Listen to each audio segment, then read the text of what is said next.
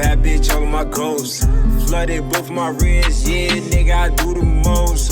Put some bread on your head, nigga, killers gon' have a toast. I be doing the most, yeah, I be doing the most. What's happening? What's happening? Like my nigga BG said, what's happening? This is DoingDemost podcast, and your host, Demost, or as my nigga Ant's gonna say to the left of me, is G. We ain't calling you nothing with the D. So. Yes, sir. Yes, sir. Yes, sir. I gotta respect my homies' wishes, so just call me G. So, we got to the left of me, my homie, Antoine. I've known this nigga for, 2 decades. I watched this man grow up from a young boy, a young wild nigga, to a polished man that's doing what the fuck he gotta do for life. I'm so proud of this nigga, bro. Trying. Listen. You're trying wonderful and you are prospering. So I just want to give you your flowers, man. I just want to tell you, man, congratulations. Keep thriving. I'm proud of you, bro. Word. I appreciate that. And he's my son too, DNA. Yes. Yeah, it's your boy H Boon. I'm here with my boy G.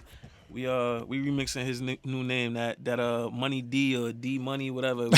We not doing none of that. All right, we gonna go with G. Facts. So, like I said, I'll be watching his social media. His nigga be saying some shit that's very interesting. It's something that's very intellectual. Some people just be on some, yeah, you seen Cardi B? No, that nigga's in some politics shit. So I said, you know what? I need you to pull up before we can talk this shit. Yep, I'm ready. Yeah. So I'm gonna talk about first thing. We're gonna bust through the gate crazy with this Kanye West thing. Kanye West said something during the pandemic, right? Okay. And he said that slavery was a choice. Now, I get it. That is a touchy subject. But I remember I was watching Enter the Dragon, the Bruce Lee movie. Okay. And there's a part in the scene, there was this Chinese man, he was trying to defend this lady. So what he did was he was fighting off the guys, and then he got the knife and slashed one of the dudes in his face. And then he told the lady, yo, keep running, don't look back. Her being a dumb bitch, she looked back. No, don't do it. He's like, go, no. And then Jackie Chan and them started running after her, and she just jetted. So she eventually gets in this bed in the warehouse, and then she's like, fuck, I think I'm safe. These niggas start kicking through windows. Getting on her ass. And they started creeping up towards her. And she looked at like, it's either I go back to slavery or I kill myself. Man, she grabbed this big ass glass. Okay. She said, it's over for life. And she just took herself. And then when I seen it, I was like, was this what Kanye West was talking about? I think that's a little different too, because, if you're looking at that clip, she probably in her mind, she thought they was gonna try to take some pussy. she like, fuck slavery. She thought that they was trying to come get some pussy, so she probably killed herself. But the whole slavery topic is touchy, because if you go off of the shit that they tell us, for the most part, it's usually, we got put on a boat and we had to travel over there. Some people believe that people been here from day one. Yeah. So like whatever you kind of believe, that's kind of what you gonna roll with. For me, I say it's a choice, not because they chose to just get their ass whooped, but it's a choice because it was a lot more of us than them. For sure. And like we talked about earlier, you got somebody who's 6'5", 260 that y'all selling for 30 shillings and shit. You know what I'm saying? Why that nigga didn't get up there and start whooping ass? But imagine if you got 300 of that type of breed, especially in like deep south, bro. Oh yeah, they had some big motherfuckers. You had some motherfuckers 210, that's 6'6", big dudes. And the white niggas, they had guns and whips and shit, but it wasn't that many guns, bro. I think we could have definitely did something, but again, like I said, depending on what you believe, I think that the mind was conquered first. So once the mind's conquered, then it's pretty much over. For sure.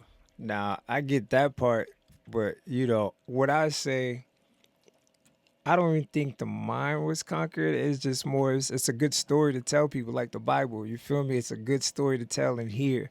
Because one, you got to remember, who the fuck had that technology to bring 100,000 niggas on one boat? That's a fact. Then you have to no GPS, no chat GBT. How the fuck you get here? Yeah. So you feel me? But let's say if they did have slavery, just imagine remember those guns they had? You have to shoot it, get gunpowder, put the gunpowder, Exactly, bro. you know, get the stick. By the time the nigga do that, yo, nigga, Niggas you was see a chilling. Tyson nigga. Imagine like one nigga get shot. They Yeah. just watch a nigga pack shit inside the gun. Yeah, like the damn, fuck. he about to shoot him again. Like, go do something, nigga.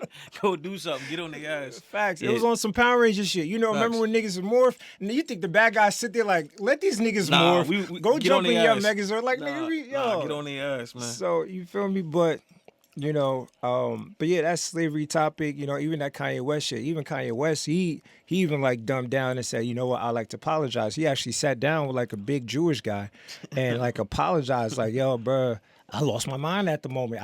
I'm sorry. You feel me? Can y'all forgive me? And the guy was like, yeah. And it's They like gonna he be kissing forgave that him. wall soon. Oh yeah. They gonna have that nigga over there kissing that wall because Oh, yeah. they tired of them bullshit ass apologies that he been doing. They like, nah, that's not enough, nigga. Come kiss this wall. We bought your ticket and everything.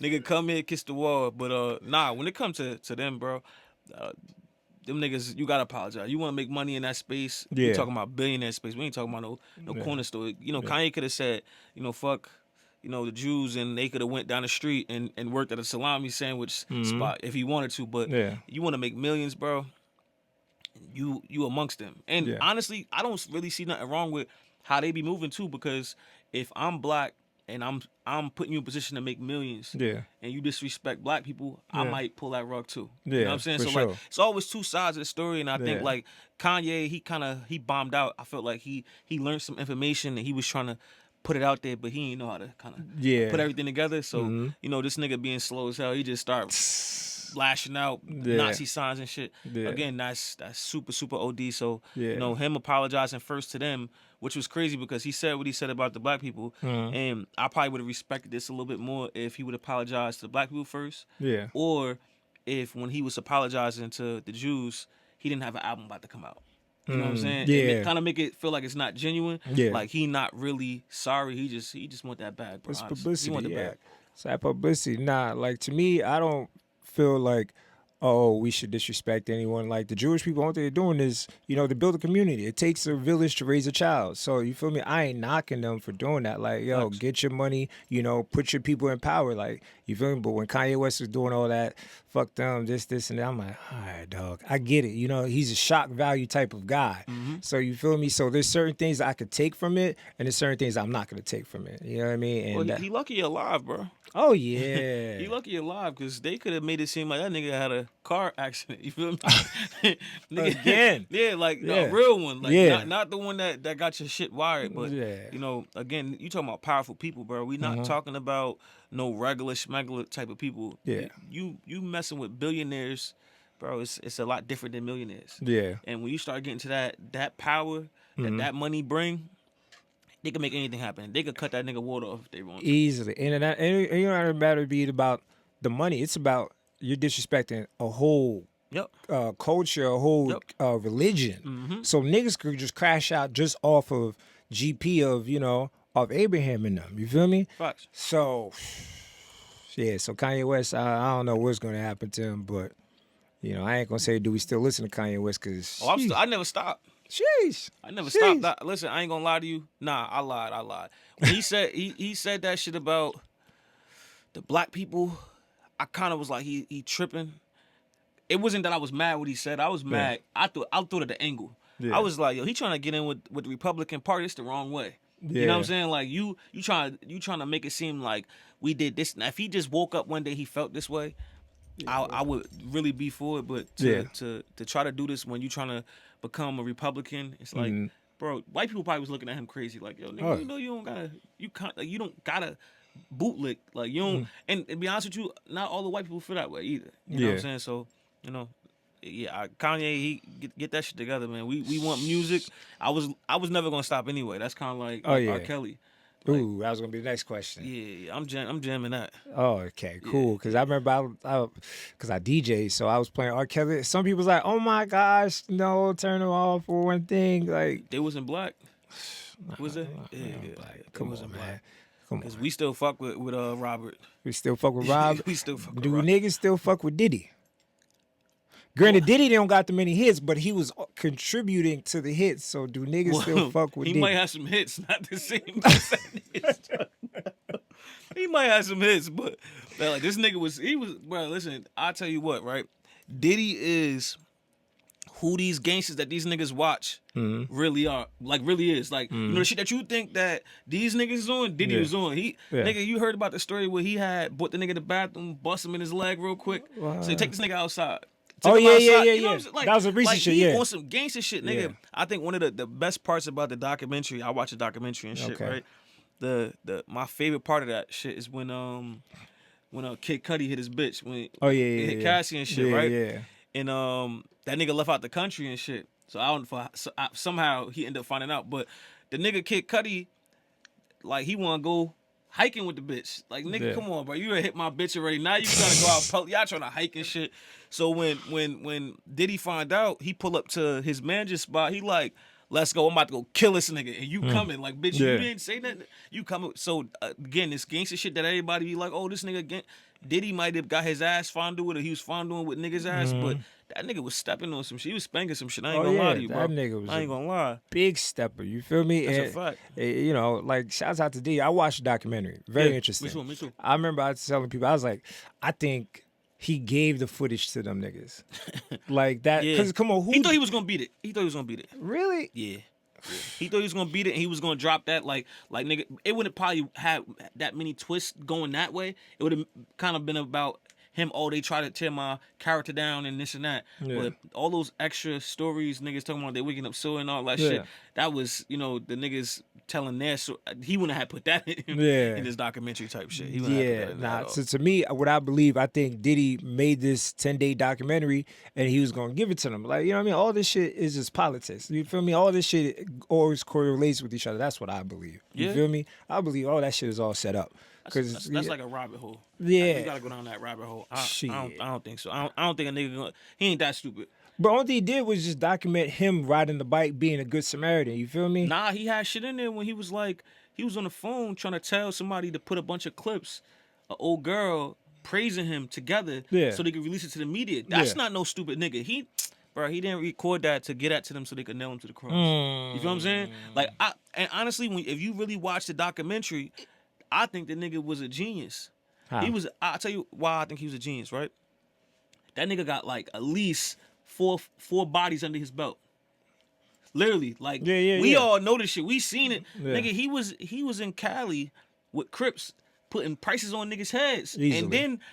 And then he ain't paid them niggas the full bread. They was saying, yo, you owe bread. He said, nigga, I said 2 death row chains, nigga. You only got me 1. At the time, like, bro, this gangster as fuck, bro. Sure. I'm telling you, that nigga was smart. And with those murders, and he got found with ARs and guns and pink cocaine and this, he did 4 years. Yeah. You know what I'm saying? He got hit with 4. Nigga, you supposed to be rotten. You supposed to be doing a Bill Cosby sentence. My nigga Bill got more for getting high with bitches. And Diddy was raping niggas. He was killing niggas. So if anything, that nigga a genius, bro. I ain't gonna lie to you. I believe, for sure he's a genius. Even just watching the documentary, seeing how he came from, being an intern and all that to where he is, he for sure is a genius. Yep. But what I'm saying is, to me, I think even the reason why they are like attacking him, because, he bit the wrong hand. That's a fact. He bit the wrong hand, and they didn't really care about him going to jail for the Kid Cudi, nothing like that. That whole trial, if you go listen to it, it's mainly about him being gay. Yeah. The only thing they did was just expose him for being gay. They didn't care about the kidnapping. It's like, we don't give a fuck. We just want everybody to know that you're gay. I also too. I think a lot of people knew that in the industry. Everybody. It was a bunch of people that was talking about it, but I think it was like a bigger thing because when we talking about what kind of got him here, this was him fucking around with that tequila brand. Yeah. I don't know if you heard about that. Yeah. The judges that's tied to it and everything, but they didn't really care about that shit coming out. I think when they did those raids, they went and grabbed them tapes of they said that he was hip hop's Epstein. Oh yeah, for sure. You feel what I'm saying? So like he probably had some powerful people, billionaires, fucking off on some little young shit. You know what I'm saying? Yeah. Like they had fucking Aaliyah in a bed. She was like 16, 17. You see the picture? I ain't see the picture. Yeah, it's a picture with like him, her, J-Lo. Oh, okay. A bunch of them, they laying on the bed. Again, even if they like, oh, we was partying. That's a 16-year-old girl. Yeah. Niggas walking around with a little young bitch through the industry. Like this was a thing. So Yeah. I think that it was a lot of information that he had that he was inviting these people to these parties. Because if you say the P Diddy was the black or hip hop's Epstein, Yeah. you gotta kind of know what Epstein was doing. Yeah. When Epstein was throwing these parties, this and that, it wasn't like he was just waking up doing this shit by himself. Yeah. Like you inviting niggas to these parties, you want them, and they important people. Yeah. You got cameras, and you got this, and you got that, and now you got something on niggas, and now you signing $200-something million deals, cause you know what I'm saying. How you gonna stop me if I know you was fucking with some little shit? You know you can't stop me, bro. No, facts. And that is true. That's why, like I said, even the documentaries that, they said that Diddy has, like, the videos and stuff, I think he's one of those people that he has, like, everyone, he's probably sent it to all these people. Listen, if they take these copies from me, y'all have other copies. Or if they take these originals, Facts. y'all have the copies. So, you know what I mean? And that's why they didn't really try to press too much on trying to bring him with the drugs and other shit. They just said, yo, we're just going to call you gay. Yeah. That's all they did. Nigga, in today's world, being gay is a superpower, nigga. Yeah. You see all these rappers in there, like, what's his name? Wayne Brady came out of nowhere. He's gay. I didn't even know that. Yeah, because, I think he called him just like gay or he's something in the middle, like bi. I'm like, because you're Nigga not gay. relevant? Yeah, he's for sure still gay. But, Well, I'm saying, it's no such thing as bi for niggas. yeah. It's know what not, I'm you just. Bye. Like, you not part. Because once you start fucking with boy butt and all that shit and dick and all that, then you gay. It don't matter if you go back to Yeah, it's like you That's don't my cross opinion. that line. That's why it was Wayne Brady, then you had Khalid, then you got Lil Nas X. I still believe Lil Nas X is not gay. Nah. Because he just does the wild shit. That's just my Listen, opinion. gay niggas got a reputation for being outlandish, bro. Like, you know what I'm saying? Like, just think about the type of niggas who created pants for Prince back in the day. You gotta be a different type of gay nigga to cut the ass cheeks out the part of the pants. When it was measuring the nigga Yeah, ass like, cheek. yeah, you know what I'm saying? Like, yo, sit right here. This shit 34, 32. Like, nigga got the perfect cheek to hang out the bottom and shit. So, that's hilarious. like, them gay niggas, bro. Them gay niggas being in the industry. And it's crazy because when I was coming up, when I was growing up, I was on some shit like, fuck them niggas, ew, this and that. But, bro, again, I come across some gay niggas and they been super, super cool. But when you start talking about, like, millionaires and billionaires, you get put in a different tax bracket when you got gay friends, bro. So, like, you got to think about some of these billionaires and millionaires with gay stylists and gay secretaries and, bro, them niggas, that's a superpower. So you saying that Diddy gay, niggas, that shit went over their head. We laugh about it. Like, we crack jokes. No Diddy and this and that, blah, blah, but, like, in that world, nobody give a fuck about that shit. Yeah. Nobody give a fuck about that shit. Yeah, and I was telling my cousin, I said, yo, at a certain level you get in certain places, people don't think like that. That's why Jay-Z said, nigga, I'm up in the clouds. I can't turn that shit down there down. Yeah, like, that's a like fact, y'all bro. niggas is talking about poor nigga shit. Yeah,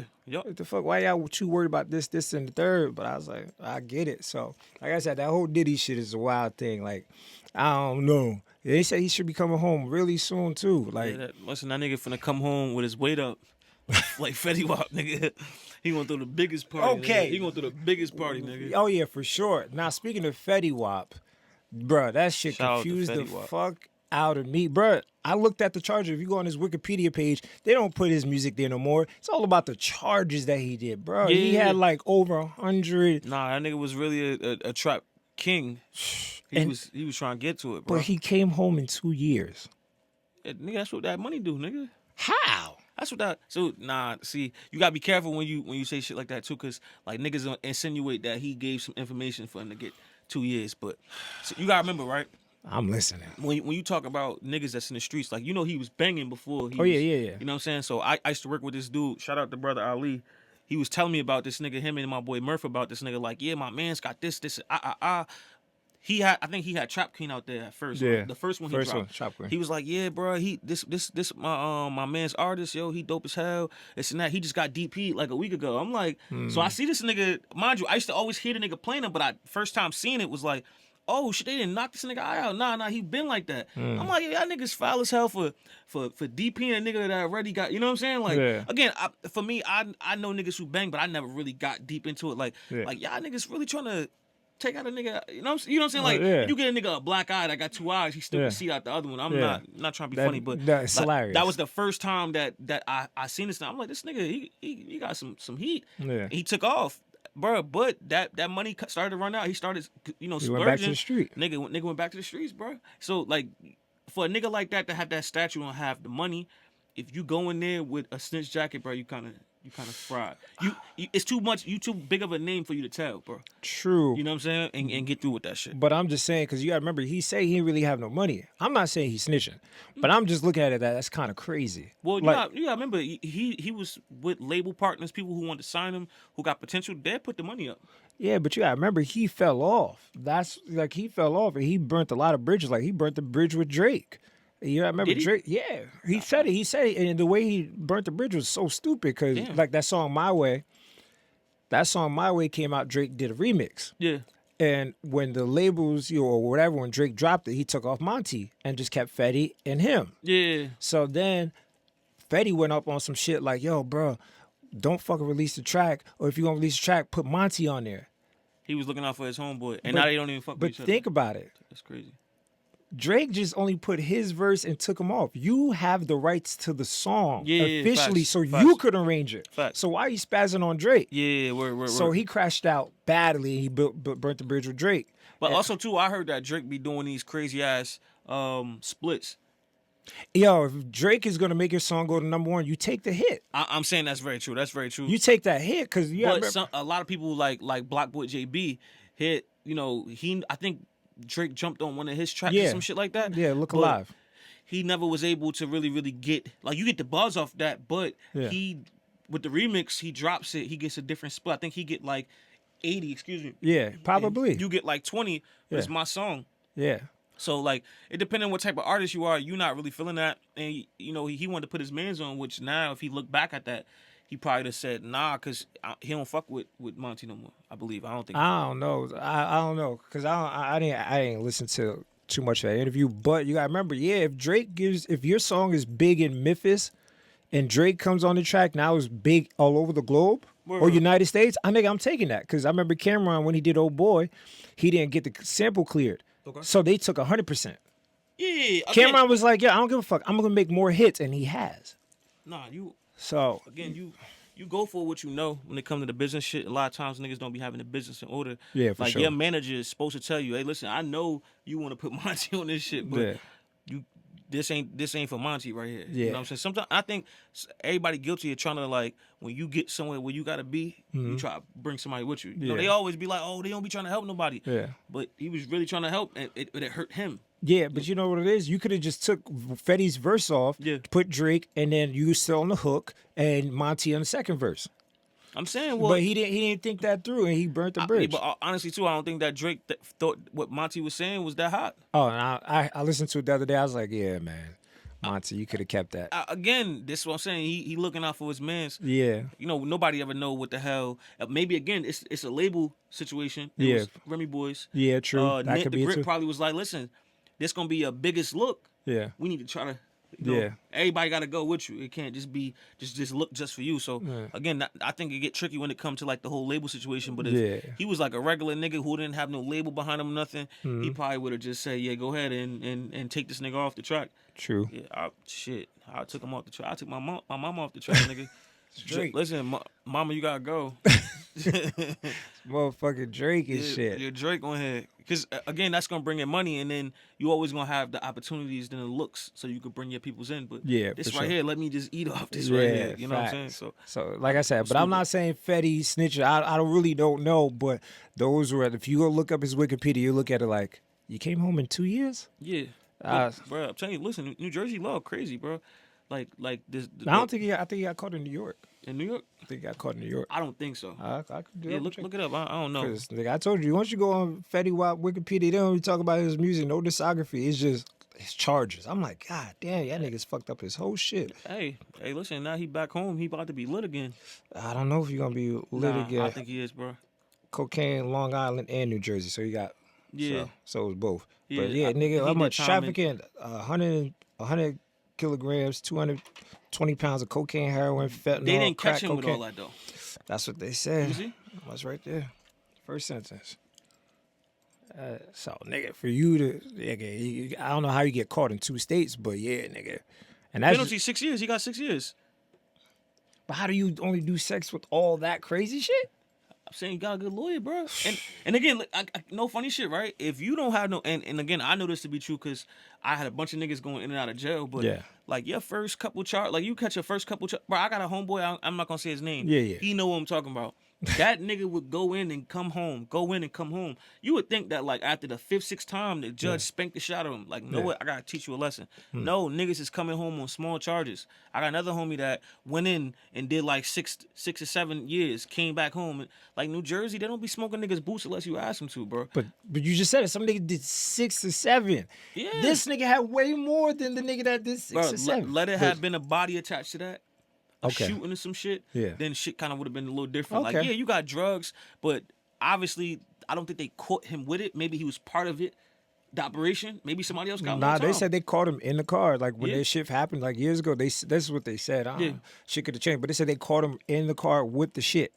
I'm like, what? Look that nigga lawyer up. Yeah. Oh yeah. That's what you gotta do sometimes too. Yeah. You got, and then also too, like, cause for me, I literally hate the whole snitch thing. Not saying that's what you're saying, but I hate the whole snitch thing because like when a nigga tell, niggas not really doing shit no more. Not saying that I don't promote violence, but I'm saying like they go to the internet and expect the internet to fucking bully niggas. Yeah. Like, you know what I'm saying? Like verbally bully niggas. Oh, you a snitch.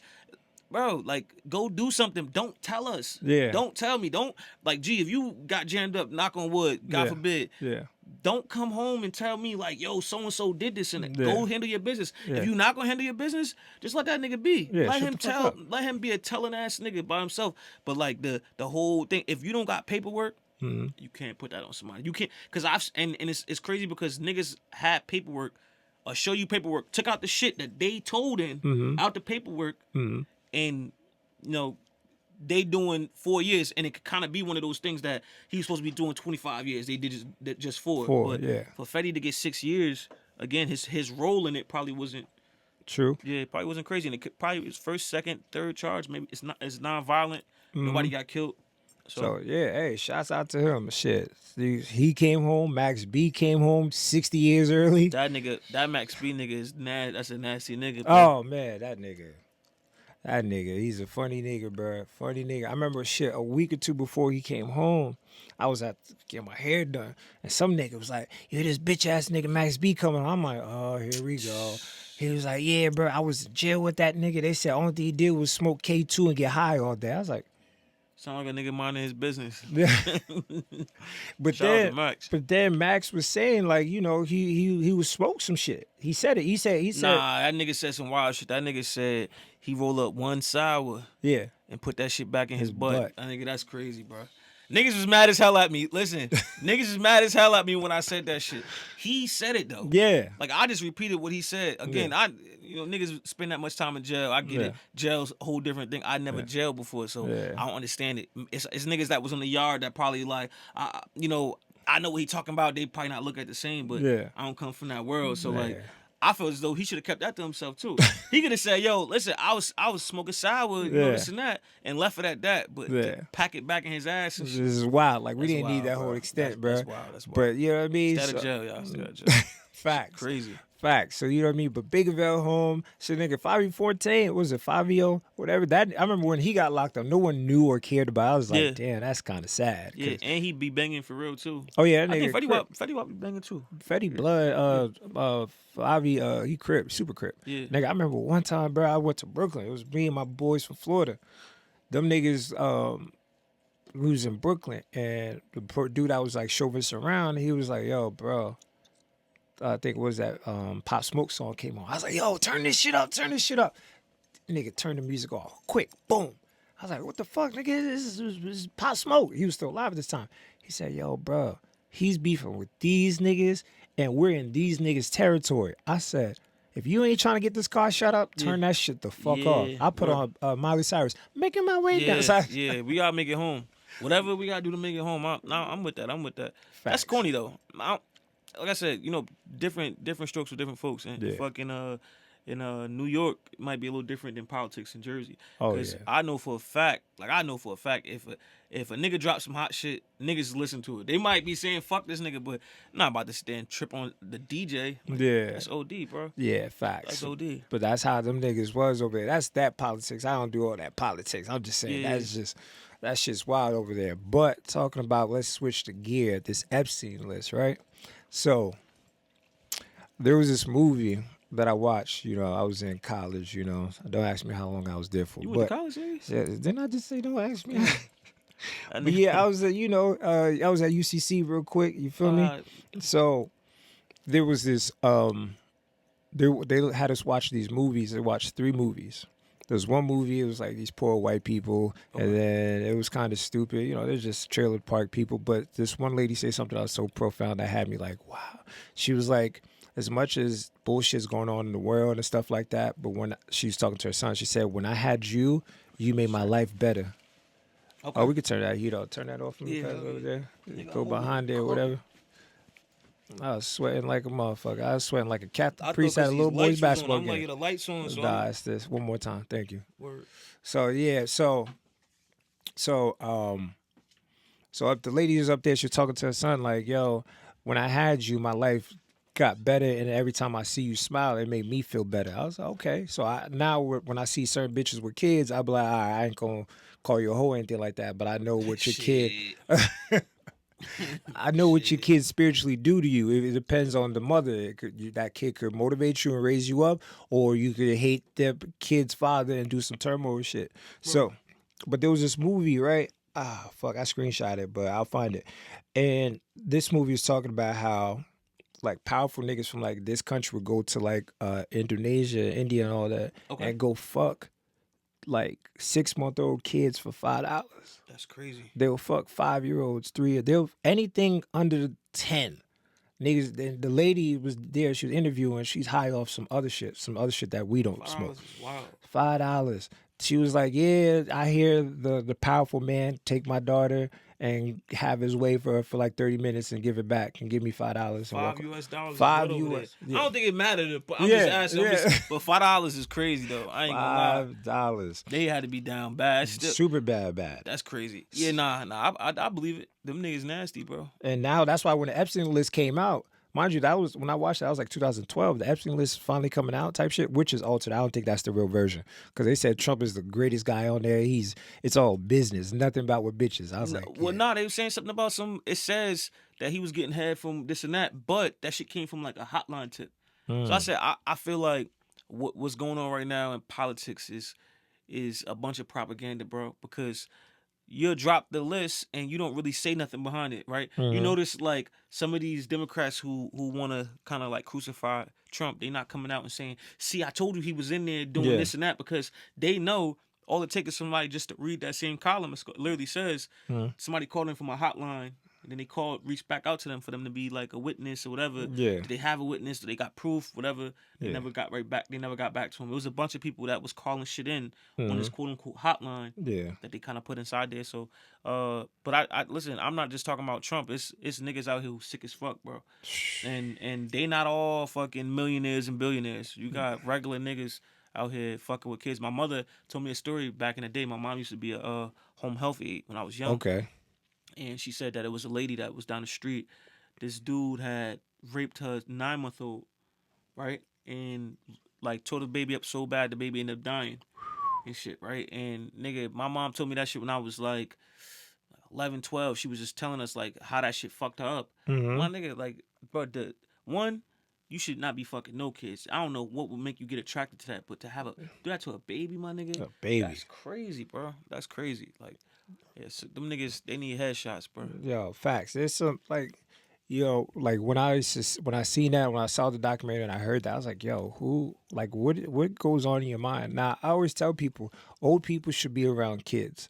Reason why they tell you that because the kids keep you youthful. I remember I was doing some delivery one time and I seen this white lady. She looked 70. Okay. But she had the grandkid that was probably like 4. He had the little tricycle and he was probably like 100 feet away. And then she had another grandkid on the little tricycle, but she could push it. Okay. She's jogging with it. She's jogging with the kids. I'm like, yo, that's why you're supposed to be around kids to stay youthful. Because some people get old and just shit there. So these motherfuckers now took it to a different level. Like, we want to insert ourselves in these kids and try to steal the energy. I'm like, y'all move your ass backwards. Yeah, I think kids keep you youthful is more like a mindset too, though. Because my grandmother, I remember my grandmother was on some shit. Like, she would come pick us up. My grandma was taking our sling She was bumping Future and shit. Future was she like, that's my boo. This nigga, like, you would hear a ringtone, Percocet, Molly Percocet. Like, my grandma, nigga, my grandma was with the shit. She was picking my aunt's kids up. She took us to school and everything. So I don't think it's just like a physical thing. I think it's more of a mental thing. These niggas is just sick, bro. Super sick. Yeah, niggas is super sick. Like, you got some of the elite people that's doing some of these sacrifices and these rituals. Yeah. But we talking about the Joe Schmo nigga down the street. It usually be like one of them weird ass white niggas with like a comb over. Nigga be having like a pinch of hair. Yeah. And they like comb it over. Those be the niggas that be, you know, raping kids and shit. Again, man, headshots. Easy, any nigga who fuck with kids. Matter of fact, I don't even need that much proof. Oh, okay. Word up. Headshot. Easy headshot. Yeah, easy headshot, bro. Nah, because, you know what I mean? I remember, shit, there was one time I'm over there DJing and shit like that, and there's this weird white old guy. Like, you feel me? I don't, listen, you do you behind doors or whatever, do you, but when you try to, like, recruit people to do weird shit like that, there's going to be consequences. So one day, I'm chilling with my boy. I'm DJing. He's just next to me. He's just chilling. So he's like, yo, bro, this, that, and the third. And then there's the white guy walks up to me, bumps him by accident. And then he's like, hey, what's going on? I was like, yo, dude, don't touch me. Like, he was like, oh, okay, no problem. Then he touches my homeboy's shoulder. How are you? My homeboy's like, I'm good, but... So the white guy's like, you let me touch you. Yeah. Let me see how far I can go. And that right there, that's sad. So now... Your man's got molested, nigga. No, that's crazy. That's crazy. Shoulder molested. So now, listen, right? So now the homeboy is over there. Now my boy's like, yo, I don't like this nigga touching me. I'm like, yo, bro, he touched niggas, like, just be cool. Listen, tell him don't touch you. You should be all right.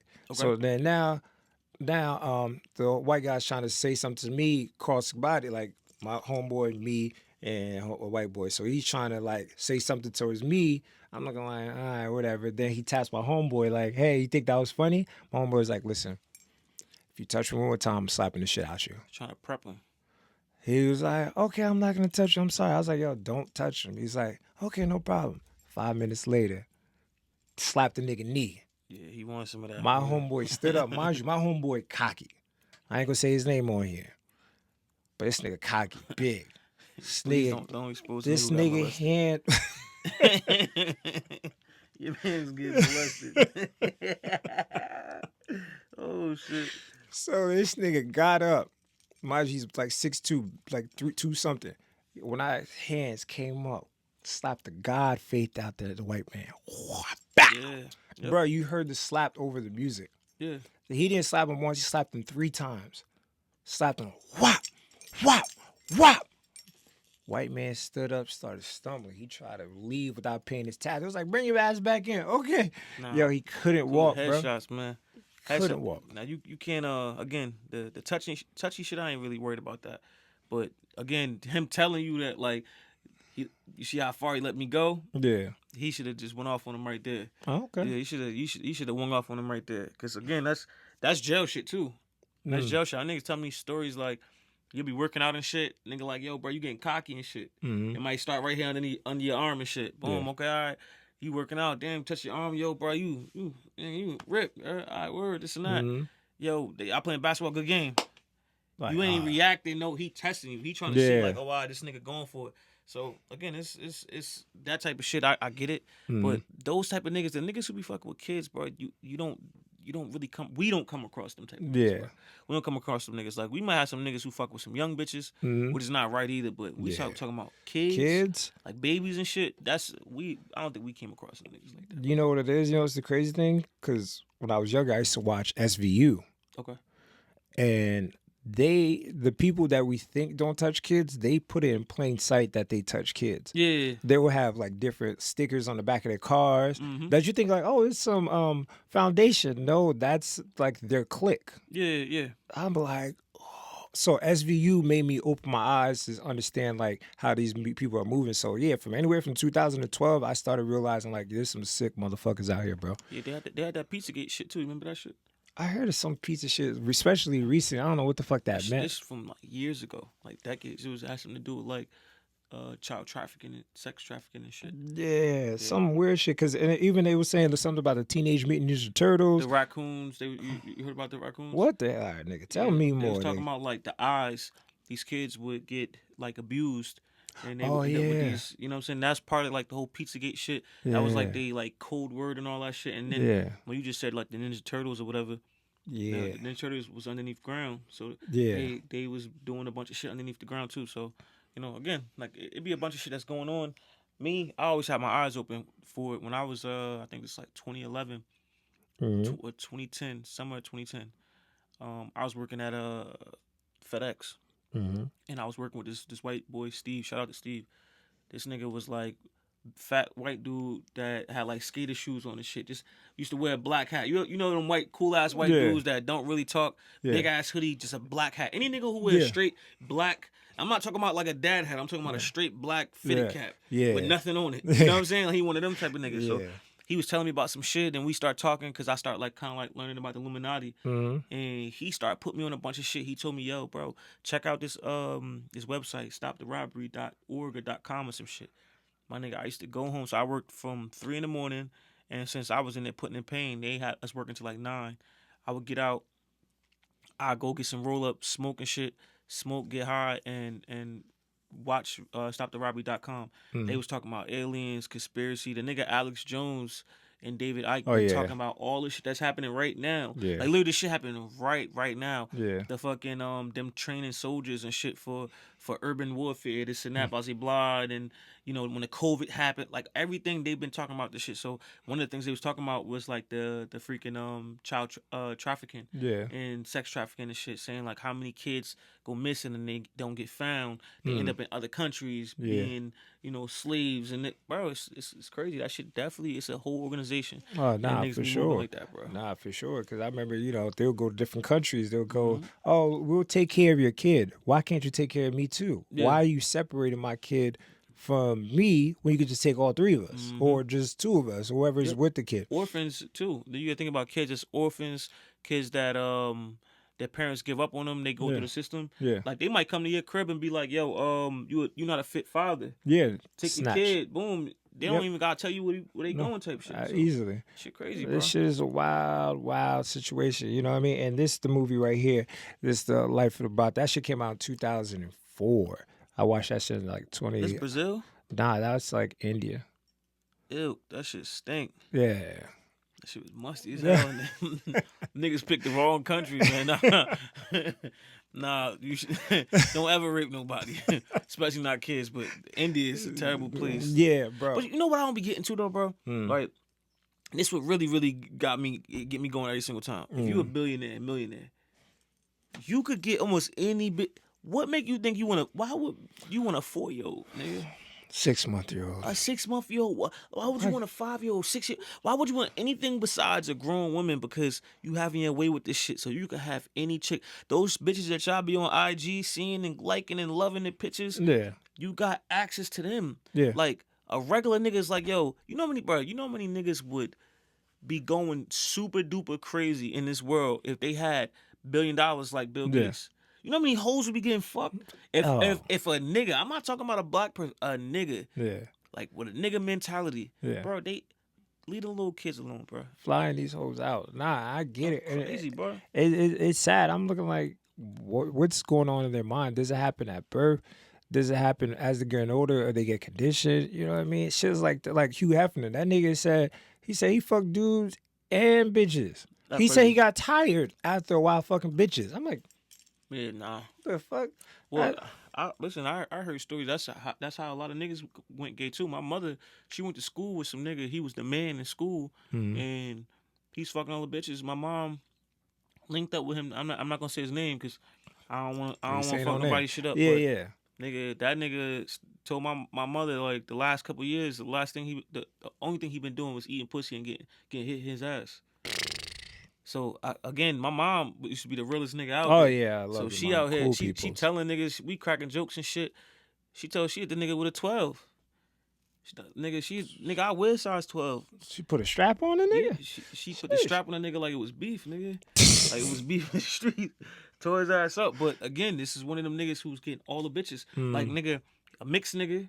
He was getting all the bitches. Nah, by the time my mom linked back up with the nigga was some bullshit ass nigga. But I'm saying, back then, my mom said that was the guy in high school, and he was fucking all the bitches. Any bitches that he wanted, he was fucking. And my mom was fucking him. Sheesh. So like I can't even say that niggas get bored. Niggas too freaky, bro. True. That's what it is. Like it ain't that much well, yeah, it's too much pussy to say that you tired of pussy. Yeah. You know what I'm saying? Yeah. Like you ain't have it all, bro. Yo, facts. Nah, like sometimes, like I know chicks, like especially like growing up around here, you hear some bitches like, "Yo, I got paid like 10,000 to peg a nigga." I'm That's like, crazy. what? Then she said every time she go see the nigga, like 500 or whatever, Yeah. just keep it on the low. I'm like, Well, yeah. So, I ain't gonna lie. Some of them niggas, that's why I said too freaky. Some of them niggas been molested. yeah, No funny shit. A lot of niggas who be super sexual, overly sexual, them niggas got touched. And a lot of niggas that's not overly sexual who just be hiding and shit. Like they grandfather or they uncle, they uncle's brother or they brother's friend, whatever, raped them when they was younger, and they fight that feeling their whole life, and then they get 30-something years old and want to try some wild shit. Yeah, you know what I'm saying? Like that shit creep up on you, bro. Yeah, and that's why I tell people, like, I always tell people, like, I remember there was this Jason Tatum, they have all these programs for single mothers, stuff like that. I'm like, ain't that weird how they target people? I just want to tell people, listen, if you have a kid, son, daughter, don't matter what it is. Once they come out, nigga, put them niggas in mixed martial arts, and stuff like that. That's going to help you with self-defense, and it's going to help you control your energy, too. So, yeah, nigga, I don't give a fuck. I have a kid 6 years old, because you know how many people, how many bitches I spoke to in my life? They're like, oh, yeah, this person touched me. This person just touched me. I'm like, it's like 72% of the shorties I talk to, someone touched them. Yeah, bro. And even if they haven't been like touched, they've been sexualized. Well, you know what I'm saying? Like meaning like, you'll have a stepfather. He know what he doing. Oh yeah, she can wear what she wants. She this and that, blah blah blah. He watching in the house. Damn, yo, this little bitch. This, you know what I'm saying? He didn't watch her grow up, but now she a certain age. This nigga is sexualizing her. He don't gotta always abuse. He could be trying to coach her up to get this and that, blah blah blah. Shit, we all grew up with little bitches that was getting trains ran on them.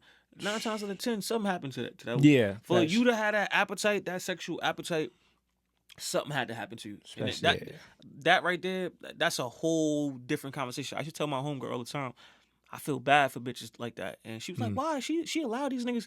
You don't understand the type of mindset that you gotta have as a female to allow multiple niggas to crack, knowing that none of these niggas really want you. That's a mind fuck. So whatever nigga in that group got your mind like that, that's why I feel bad for them. You know what I'm saying? But like I said, 9 times out of 10, she been sexualized or abused when she was younger. She come around these niggas, that's all she know. That's all she know is being a hoe. That's why you get so many hoes out here wilding and doing dicks now, because they been super sexualized when they was younger. It could have been by their uncle, it could have been by anybody, and now little bitch 15 years old doing dicks. You like, yo, how she doing? Nigga, she a pro. Bitches be pros by 18, 19 because they been fucking since they was 11 years old. Sheesh. Like, bro, that shit crazy, bro. Like I said, that's a whole different discussion. Like, your sexual appetite gotta be crazy to do dicks, bro. To be a female, and I'm talking about 4 or 5 niggas. Trains, nigga. Shit, nigga. The infamous Rawway one is still crazy, nigga. Hey, yo. I remember back in the day, I ain't gonna say no names. No, but you don't. I remember niggas did the rock, paper, scissors, shoot. What? Yeah, bro. Yeah, man. Rock, paper, scissors, shoot, bro. Damn. Nigga, I heard different ones. I heard other ones like niggas done ran through it. Like 12 niggas done ran through it. The 13 nigga was ugly. She's like, nah, I'm tired. Yeah, I don't get time out. Listen, I'm like, wow. Bro, listen. I know a whore so hoary that nigga she wiped out a city, nigga. What? Like I'm talking about. Listen, I used to kick it down Linden.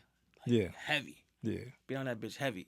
Fuck around with Shaq, fuck around with Red. Yeah. I used to go to CC House, we'd be at Bean Crib, 17th Street Park, 12th Street Park, whatever. Yeah. Whatever the homies, because Shaq, that was my man. Yeah. So this is when niggas had cell phones, but this ain't smartphones and shit. Yeah, for sure. I tell Shaq I'm coming down there and shit.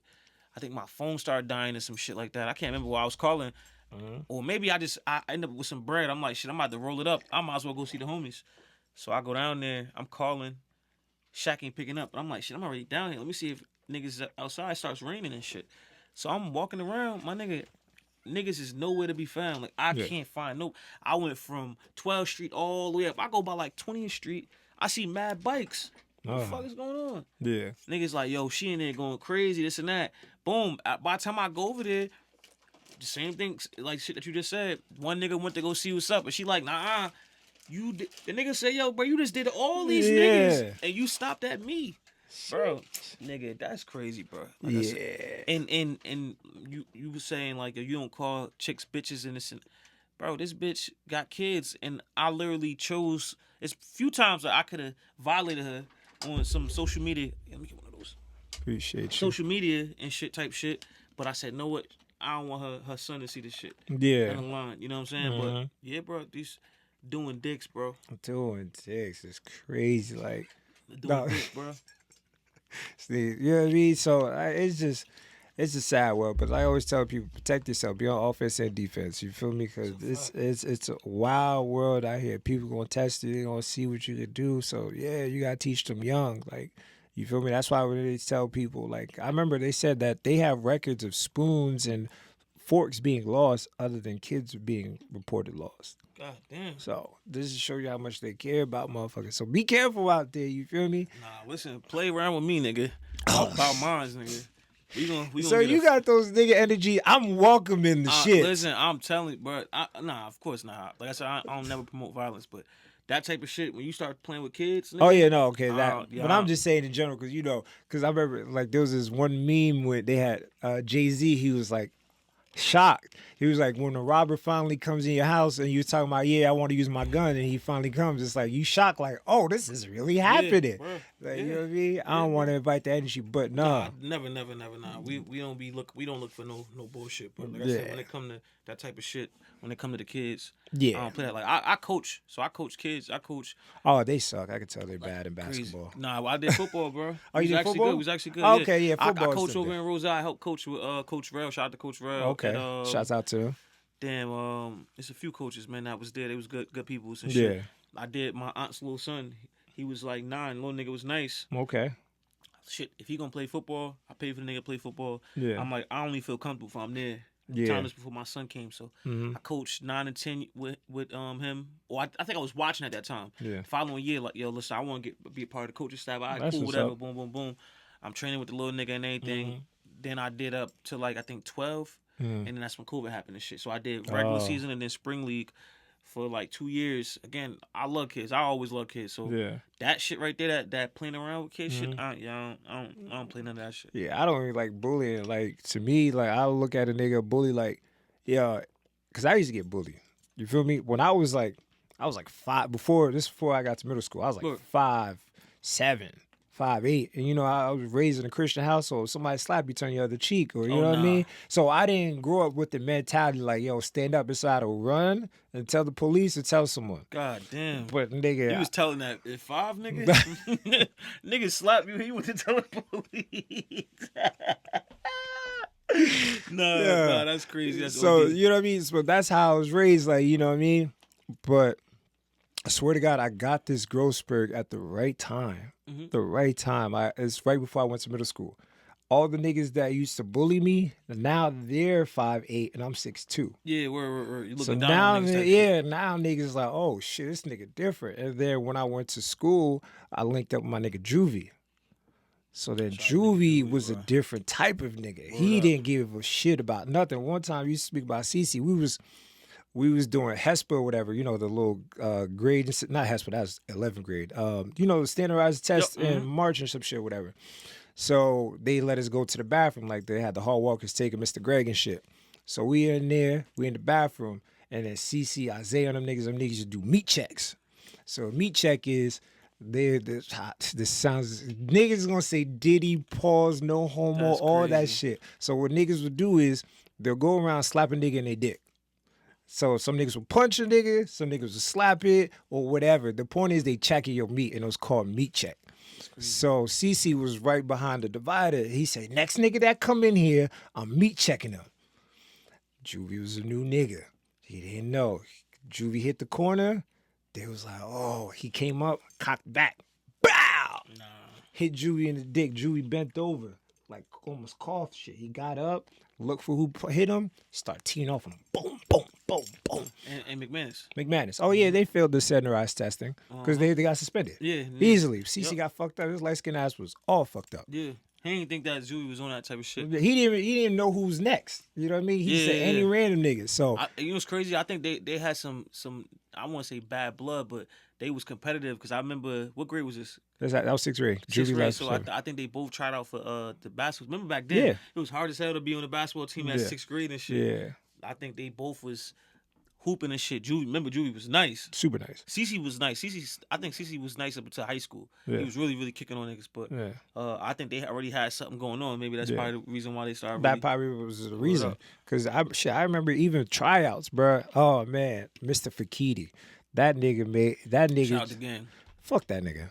I said this. On the squad, not even that. The nigga disrespecting me violently. I said this on my other episode, right? So you know what I mean? Because he, as they call it the slow class. I was in the bad class, like the niggas that didn't want to sit down. I'm out here, bitch, fuck you. You know what I mean? So I was in those classes. So one time it was me and Juvie were like butt buddies. That's crazy. We can't even say butt buddies no more. We can't even I don't say even want to be in this episode no more, man. It's the second time this nigga violated my ears, man. Where's the yellow flag at, man? Yeah, we need man. Pause. Okay, that was my best friend. All right. So now you feel me? So we playing basketball, so we know each other. Like, all right, bro, screen, all right, then pass it back or whatever, like that. So now we running these plays, right? Okay. Fakiti's like, yo, when you do this, you gotta call ball you man and stuff like that. You gotta run and do these screens, this, that, and the third. So me and Juvie running this shit smoothly. Everybody else is fucking up. He was over there too because he tried out. He was fucking up. So Fakiti got mad, threw the ball at the wall. Pfft. How the fuck you let this retard know the play? Yeah, I did it. I said, who the fuck did this nigga just point? I don't think he was meaning like that though, bruh. You what? Retard? He probably said that, but he probably wasn't worried about you being in class though. He knew that I was in that class because remember he used to try to holler at my teacher and she was playing that nigga. Like mind you, Fakiti, his mom was like a secretary, a crazy stray, crazy. Your teacher ain't want to give up no ass. Facts, bro. That nigga was mad. Like he had a BMW. He's one of those kids. His mom was just plugged in the right places that got him the job, and he thought he could get my teacher, and she was like a soft 6. She wasn't even a bad bitch, and he couldn't get her. So he felt, and he used to come in our class. We used to stone him, me, Diana, all them niggas. We had all them niggas, Keyshawn, all them Scooty. We used to, come on, man. We used to violate him every time he came in there. We flame him like, oh, you trying to get some pussy? You ain't getting none. Yeah. So when that's why he got your ass. Oh yeah. yes. He hit you with that. And I was like, damn, bro. He's my coach for 2 years. Yeah. Shout out to Fakiti, man. Fuck that nigga. Yeah, nah. And I fuck that nigga to this day. I ain't gonna lie, I had bad experience with Fakiti, but I never forget like my last game. It was all love. Mind you, I played my 6th grade year. I had surgery. I ain't tried for 6th grade. 7th grade year, I tried out, made the team, playing ball, came back for my 8th grade year, nigga. I remember that summertime, nigga. I was going to the park.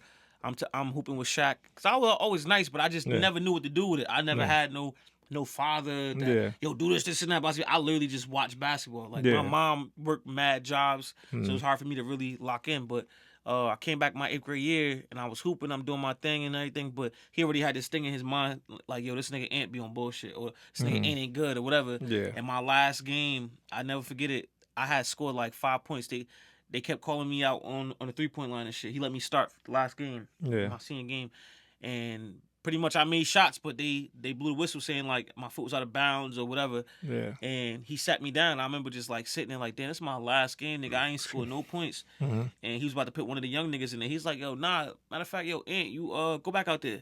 And I made like 3 in a row. Nigga had the fucking school jumping, so shout out to Fakiti for that. But the rest of the years, bullshit. Like the 2 years, so one game he did right by me. The rest of the games, nigga, he was on my ass. But he was a good coach. He was a good coach, bro. He coached niggas, and it was just more so when it come to being a coach, you gotta have some type of patience, bro. Yeah. And we was on bullshit, bro. Yeah, for we sure. was on bullshit. It was me, Lil D, Aaron Hanks, Bean. That's crazy. Listen to the squad, bro. That's crazy. Terrence Holiday, Tyree, Ramel. I think Freddie was on our squad. Remember Freddie Dawson, bro? Yeah, Freddie. Yeah, but we had a Kendall. Yeah, Kendall he cried. He cried when he didn't make the 6th grade year. Damn, yo. I think I had the yearbook and I got the squad picture. Don't do that right now, bro. Yeah, don't do that right now, bro. Don't do me like that, bro. Do not do me like that, bro. Yo, but nah, damn, that was wild. Yo, I remember Fred. Fred was wild. That nigga was a hothead. That nigga was nice, bro. I don't even know if he was nice. He was just strong. That nigga just had. Well, football. Oh yeah, that's what I'm saying. He Yeah. usually played football. Like Romel. Shit, I told that story how Romel and Pookie were going back and forth, and them niggas made me and Laquan be the undercard fight. Yo, bruh, cause Romel, them niggas, Pookie, them niggas. This was I think 6th, 7th grade year. So Had to be 6th grade or 7th no, grade. 7th grade because they were 8th grade. Word. Yeah, bruh. So I remember I told the story on here. How I remember one time I was just chilling, and this is when Isaiah and Shaq used to be like, "Yo, titty head, you know, titty head." Yeah, I was like, so My these, nigga Shaq. yeah, so one day these niggas, we had Mr. Turner, the music class. Then he was doing his piano lessons, so he made us go to that white Harry Potter of the music class, and we wanted. They had us in. That's gonna be crazy. The locker room or the closet of where all the instruments were stashed. So we were over there in class, and them niggas came in there, Isaiah and them, titty head, titty head. Everybody laughing. They said it like 100 times. I was like, okay, can you leave G alone? Like he doesn't want to be bothered. Then Laquan said titty head. Everybody started laughing, but they laughed to egg me on. It's like, all right, he's a victim. Go get him now. Yeah, go fight this nigga. Yeah, so I stoned Laquan. I called him a dirty SpongeBob because you know that nigga had orange hair. Yeah, Bruh, I stoned him for like 2 minutes straight. Then the bell rung. Yo, I remember Isaiah and them niggas ran to everybody's class saying, "Yo, G just made fun of Laquan," and bruh, niggas went viral. Nigga. Went viral without computers, bruh. By the time I got to the trophy case, Pookie was like, "Yo, Quan want to fight you after school." I'm like, "Huh?" Then Romel come behind me. "Yeah, I got G's back. Yeah, what's up?" I was like, "What did we just sign up for, bro?" And that shit was just wild. Like we had to.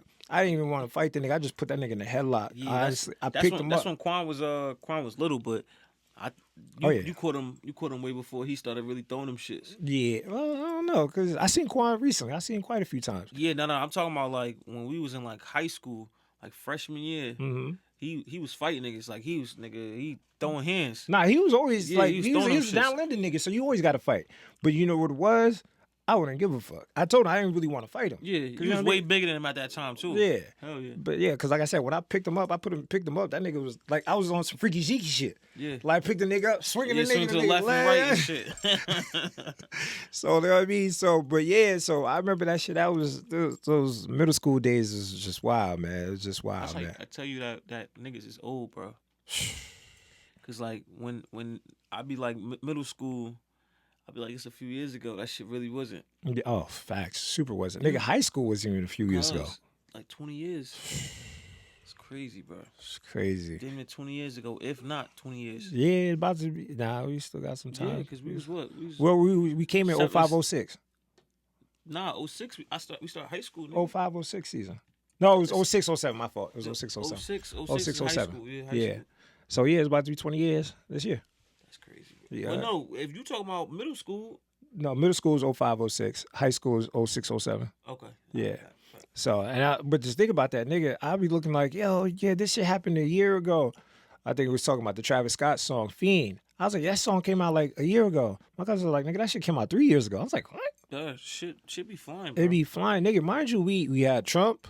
Biden was here only for a week, bro. Yeah. It's like, nigga, how fast his term went, it makes no fucking sense, bro. No, that's definitely a fact. Cause I remember, I was driving trucks. I'm one of them niggas that I could tell if I show you my resume, you'd be disgusted. Yeah, that nigga said trucks is wild. Nigga, I was doing everything, nigga. Everything but cooking crack, nigga. I was fucking trying to get to a bag. I don't give a fuck. But now I was driving trucks and shit. And this when Trump was about to go in the election and everything. And then I remember people was putting Trump signs up and yo, he racist, he racist. Yeah. That shit changed my mind when I went to Arizona. I went to Arizona and we went out there. It was this lady, her name was like Cheryl. Shout out to Cheryl. Fucking one of my first jobs I had out there was an inventory control specialist. Mm-hmm. So I went from being a truck driver, seeing a bunch of niggas like, oh, yo, Trump is this, Trump is that, Trump is this. And then I go to Arizona, all red state. Right, so it's a red state. So I'm there. I go for the interview, and the lady Cheryl, she sees that my ID say Jersey. She like, yo, I'm from New York. White lady, old white lady, like 40, 50, something like that. Yeah. Sorry, I don't mean to say old. Yeah. But she was older, and when I got there, I started a job. She took me to lunch like 2 days in a row. Oh She shit. was like, "Oh, you new here? Come on, this and that. I'll teach you some shit." So we go get some food. I got out the truck the first time. I thought I seen something, but we just went down the street and I think like Circle K, some shit get lunch and come back the next day. We go and as I'm getting out, I look and I see a Trump sticker. So that shit fucked my mind up because everybody was like, "Yo, Trump, he racist." As soon as you see a sign on somebody's lawn, "Oh, he racist, he racist, racist." Yeah. It went from that to like, damn. This bitch voted for Trump, but she still with the shit. She still fuck with me. She not racist. Again, if she racist, I wouldn't see it. I wouldn't know nothing about it. But that shit kind of like changed everything. That's how long ago it was. We went from that to now. We at this point with Trump, were black people kind of waking up now. You know what I'm saying? Now we the ones that saying like, nah, this nigga not racist. He want this, he want that. We looking at the Democrats a little different. Like, but that was like this was before 2016, right? Yeah. Because Biden had what 20. He had the pandemic 21 to 25. 21 to 20. That's crazy. Yep. Hell yeah, bro. So Trump's first term was what 2016. 2016. So Yep. Yep. So I was driving trucks when he was about to be elected, or he was going against. I forgot what the fuck he was going. He was going against Hillary. He was going against Hillary, dumbass. So, fucking. Yo. They be doing her foul too, bro. Oh yeah. Like that. I'll tell you one thing, and that's why feminism really be a thing because they like, yo, white people got this privilege. White people was with the privilege until it's a white bitch. They was like, whoa, slow down. So her husband was the president. Nah, listen, we cool. I think when we get the first woman president, it's gonna be some shit, dog. It's gonna be some shit because a lot of those older white dudes ain't gonna know how to take that shit, bro. Oh yeah, for sure. You know what I'm saying? You got a bunch of, mind you look at like Minnesota, that shit is predominantly Muslim. It's Islamic State, pretty much. If this shit keep going the same way it's going, where almost all these places like Islamic and this and that, like that's what New York about to turn into. Oh yeah, yeah. Which, shout out to the brothers the and new shit. mayor and but shit. How you think they gonna take that shit? A woman being, president. Yeah. So, again, it's gonna be a bunch of shit. Niggas gonna stop that. I think it would literally have to be like a gay woman. Mm-hmm. That's the only way that they gonna win. Oh, bro. they would. You know what I'm saying? That'd be even crazier. I don't think it's lesbian? gonna be. It gotta be a lesbian one, bro. Shit. Think about it, because women outnumber the niggas by what? 1-4. 8 to 1. It's like 8 to 1. Oh, they went up. I know it went up. Like what was it be 1-4? Now it's probably 8 to 1. Nah, I think it's way more than that. Damn, that's crazy. But and if women, they don't give a fuck if they not gay. Mm-hmm. They support that shit. Yeah. Like you never see men that's straight going to pride like, yeah, I'm supporting my homeboy. Yeah. You know what I'm saying? Like that shit don't be happening. But the chicks be at the pride parade. Bro, my man's Armand, shout my nigga Armand. He was like, yo, bro, I'm going to the pride parade. I'm like, nigga, yeah, I'm going with my girlfriend. Nigga, I don't, like, you shouldn't go. He like, nigga, it be mad bitches there. Yeah. That's some thirsty shit too, bro. I ain't gonna lie. That's some thirsty ass shit. I remember I got invited to one of those. They was like, yo, just come to the parade, little Spanish chicks. I was like, I think about it. I ain't never going. But, you know what I mean? Because I'm like, that's a lot of folks going around dancing. Niggas might molest your shoulder. You gotta chill. I'm trying to tell you. Nigga. Yo, facts. Get your shoulder molested. Nah, for real. That's that type of shit you gotta be easy with. You can't blur those lines. For me, it be all love. Like I see some of the niggas that we went to school with that's gay. It be all love, but like we don't got nothing in common for us to be kicking it. Yeah, you know facts. what I'm saying? Like, hey, listen, I might go to the club and I'll catch you at the club. Yo, what's up, my nigga? Yeah. But like I'm pulling up with you. Yeah, like let me call you later. Yeah, bro, we on the phone. Yeah. Like, bro, imagine you giving a old friend that's gay your number. Nigga that bagged you shit. Yo, niggas like, oh, you don't even know it. Like you like, oh, yeah, the bike see you mad long. We gonna catch up. Yeah, nigga, let me get your number and shit. Let me get your number real quick, bro. Like you like, oh, yo, what's good, bro? Everything good? Yeah, everything's locked me in. Like K. K with the P sound like K, this, like just K, bro, with a period. Like, yo, bro, I remember I seen one nigga, I'm gonna say his name, James. Everybody know he was gay. James. Yeah. I see that nigga recently, bro. I was like, this nigga straight as hell. I don't know I didn't ask him if he was straight now or whatever. But I was like, this nigga's like 6'2", 6'3". I'm like, yeah. What happened to the squeaky? His voice is deep and I was like, James who though? James, Rose? his sister. I think it's Rose. Yeah. Sneaker. I went Yeah, he to has a Dick with- sister. Yeah, Word, yeah. Shout out to them. No, Yeah. maybe bro. When's the last time you seen him? I ain't see. I think last time I seen bro on like social. I ain't seen him in person. Oh. I think I seen something on social media. I think he had like dreads or some shit. Yeah. Yeah. Yeah, I see a nigga like probably in the summertime. Yeah. I'm I was saying, like- I bro, was like- listen, niggas, even if he looks straight, that don't mean he not gay. Nah, true. But what I'm saying, before his voice was, "Hey, how you doing?" Like he even walk with the mannerism, all that shit. But how about this? He probably went back in the closet. Yeah. So I remember we used to walk home. Me, him, and Q Lou. I think he used to live by Q Lou. or some shit. Yeah. They live right there. We used to walk from McManus and shit. And I remember one time he was telling me and Q Lou like he got invited to one of the girls' sleepover. Nigga, we was like, what? I ain't I'm know saying to him in middle myself school. like, nigga, you gay. Like, even if you don't come out and say that you gay, nigga, you know how disrespectful it gotta be if you straight and this chick mother invites you to the sleepover. This nigga ain't no threat. Go ahead. No threat. Come on. We'll leave the door closed. Yeah, this nigga don't even like coochie. Like, Damn. he can come over, he can sit at night in front of all these girls. But Yeah. again, I know I done heard stories of like these gay niggas that grew up like that. These chicks fuck around, get a nigga some pussy. Oh yeah, for sure. Yeah, like on some friendship shit. Like, Yeah. oh, you not really gay. They be blurring the lines. That's why I said like you can't really fuck around because at the end of the day, a gay man is still a man. Yeah. So like the same type of time we on, when we out here trying to finesse, yo, shorty, you know this and that. You got game.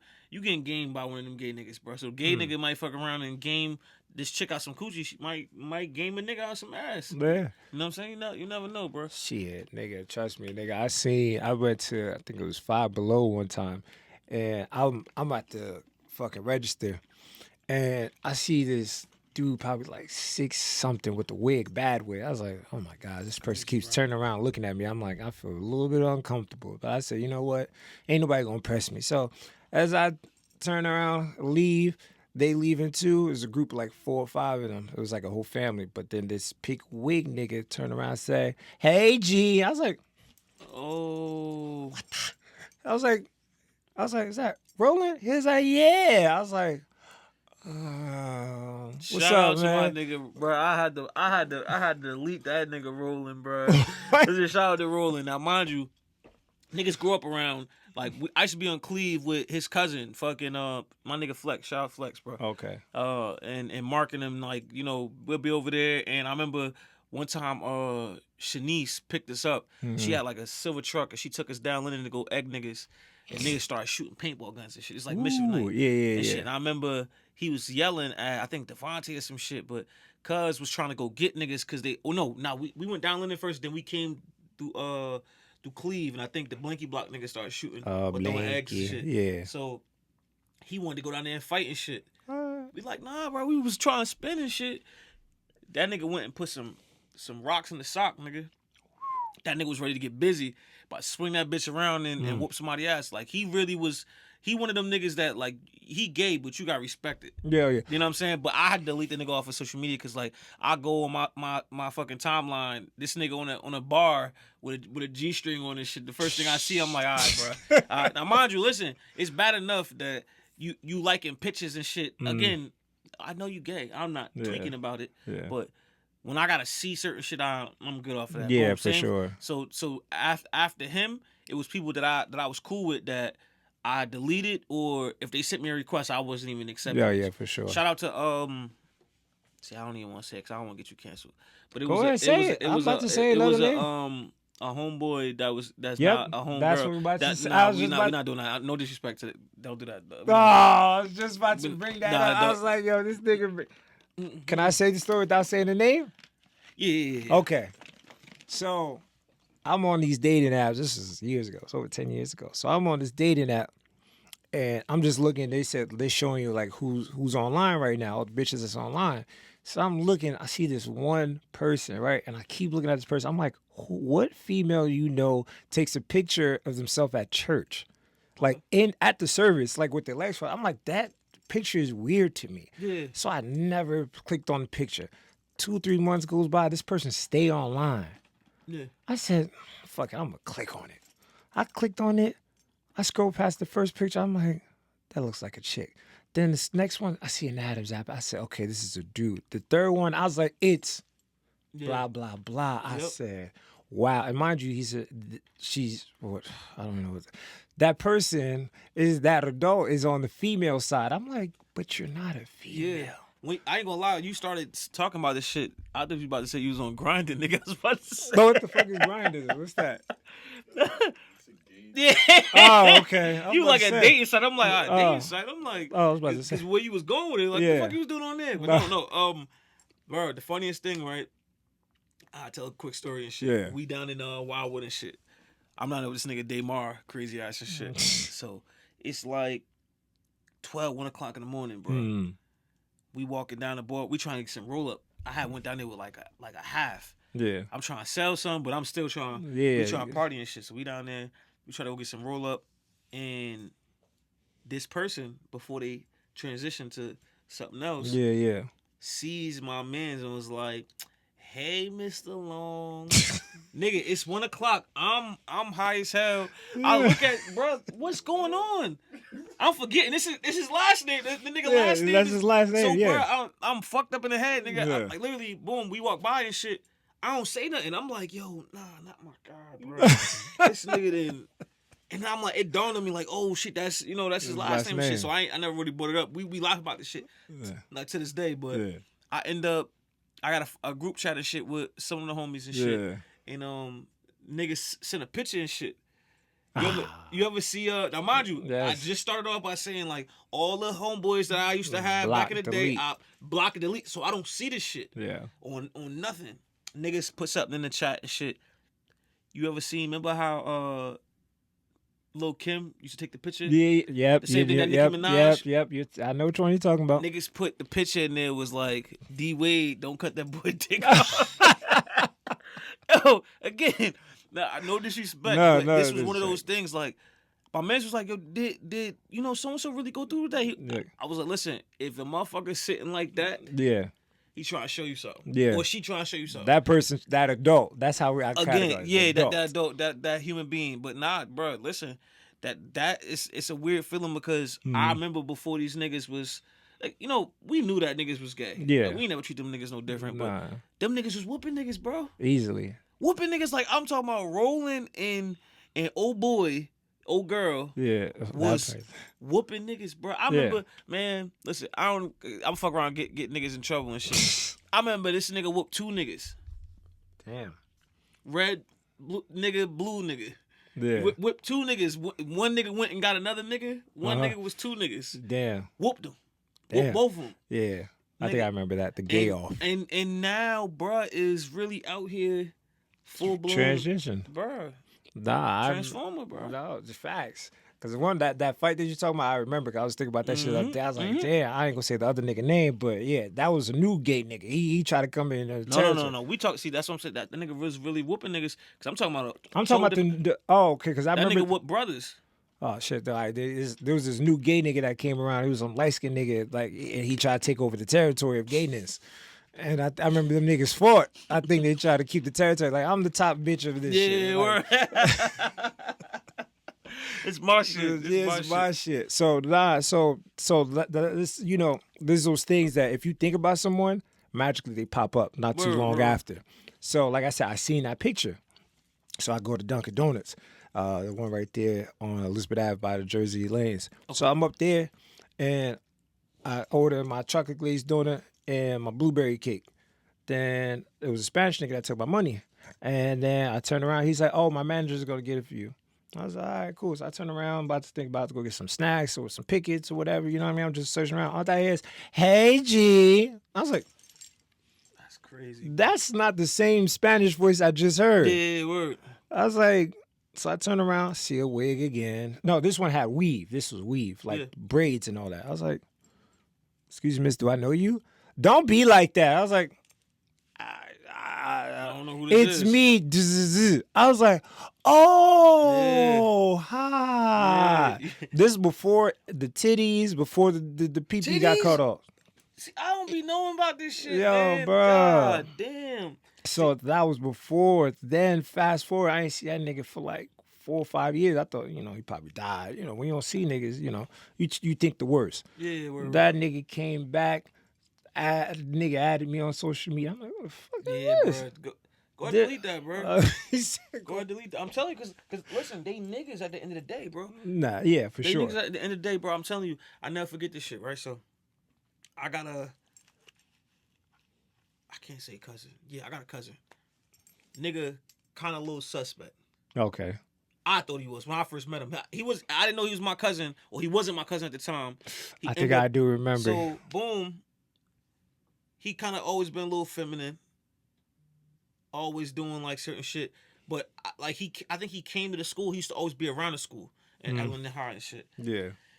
Fast forward, nigga super talented, whatever. Mm-hmm. I was trying to get this nigga to do music and everything. Every time I would go over to his people's house, like I would talk to him, but I never really got to like kick it with the nigga type shit. Yeah. So when I'm doing music and everything, I'm doing shows, I'm getting booked for shows, I'm doing this and that. I had like a strong presence on social media, on Facebook. Yeah. I'm constantly up there trolling. I call that my low vibrational page. Just be on there trolling. Like, you think I troll now? I was on some bullshit back then.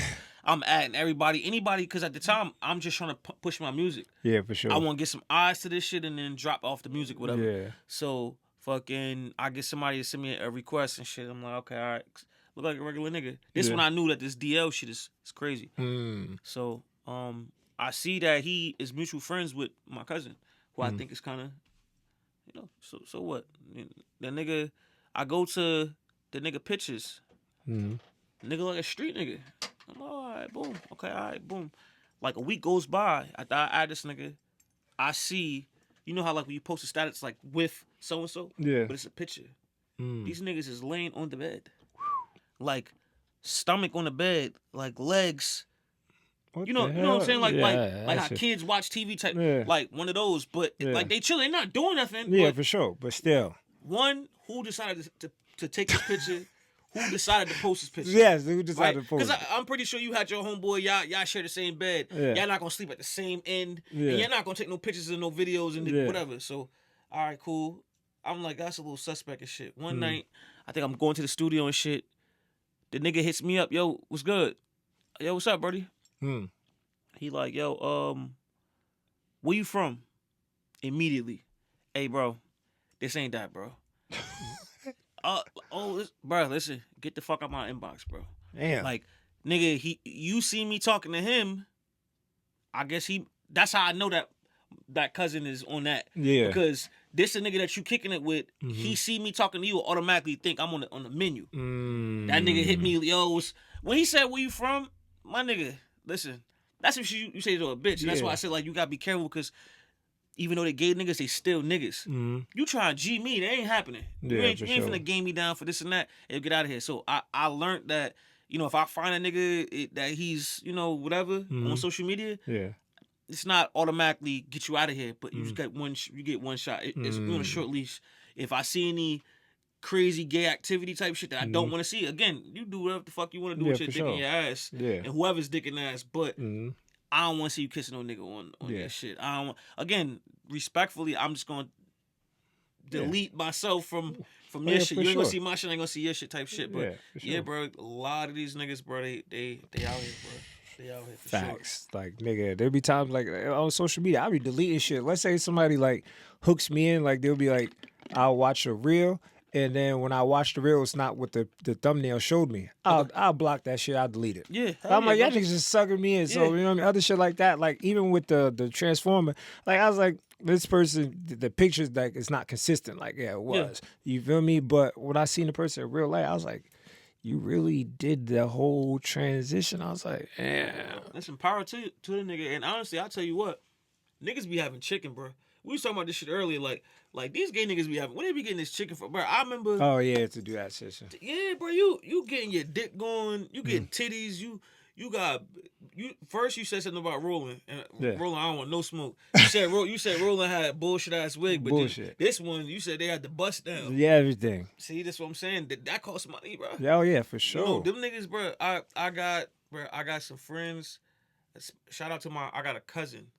I don't think I should say it because I don't know if he came out, but anyway, I had It's one of those that everybody already knew it. When he was like, yeah. like he my blood cousin. I never really knew him like that, but one time I was talking, I'm like, yeah, bro, you know, when you come up here, you know, when you do this and that, we go get lunch and everything. All right, cool. Cuz hit me up like. Just Ordered wanted to nothing let you but know. glizzies. Just wanted to let you know. Nah. He said just wanted to let you know that I'm that.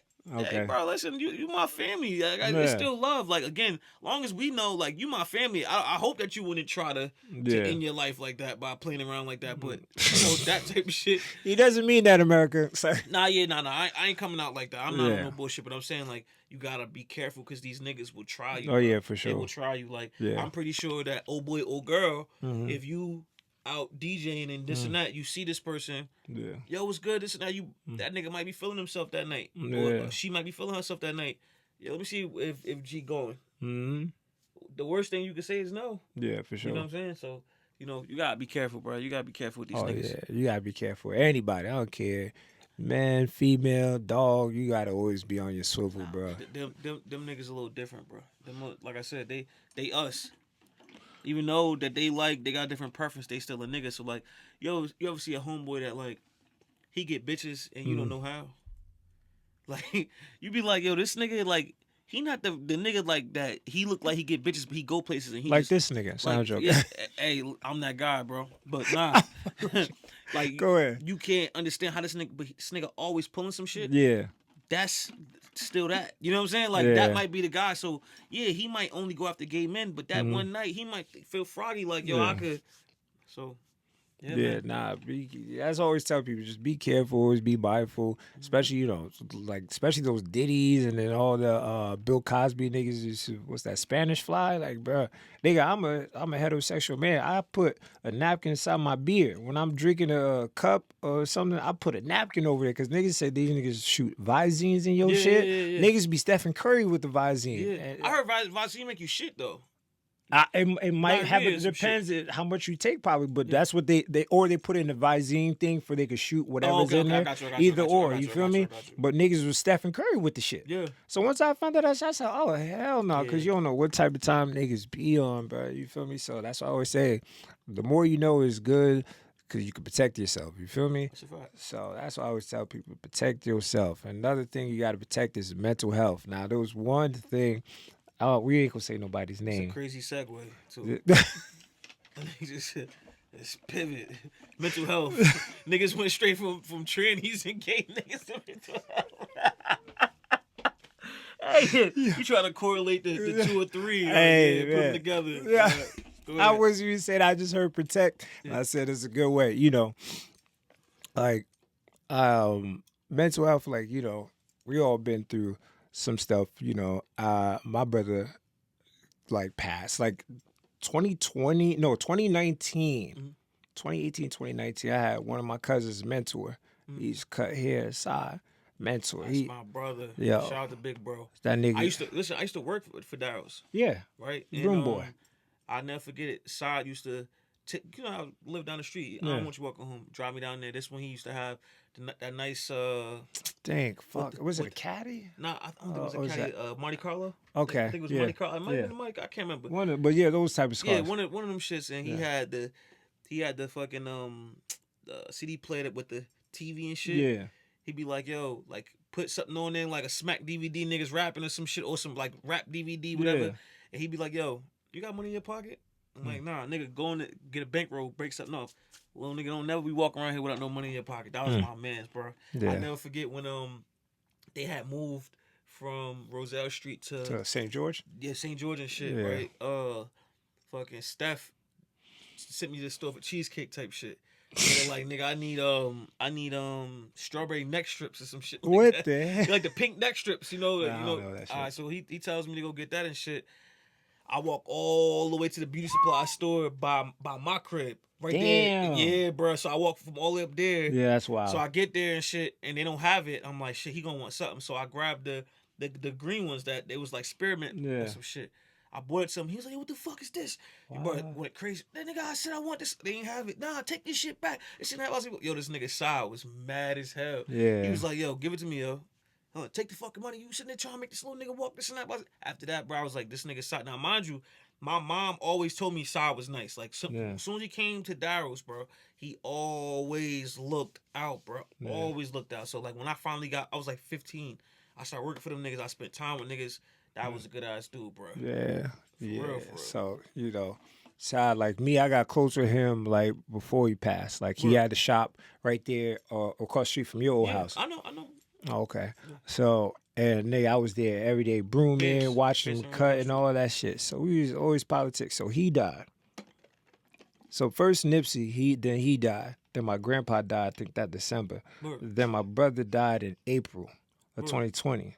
So, nigga, that whole flush Nigga, of... you just laugh, nigga. Nah, he's probably watching something. Oh, I was about to say. Nah, I say, damn, this nigga. Now you looking at the nigga with the big ass nose. That nigga's yeah. Yeah, that nigga. They put a potato on the nigga. The face Bro, like they that's put him. a fucking light up speaker and shit. Oh yeah, and yeah, played, that one. Can I get to the yams?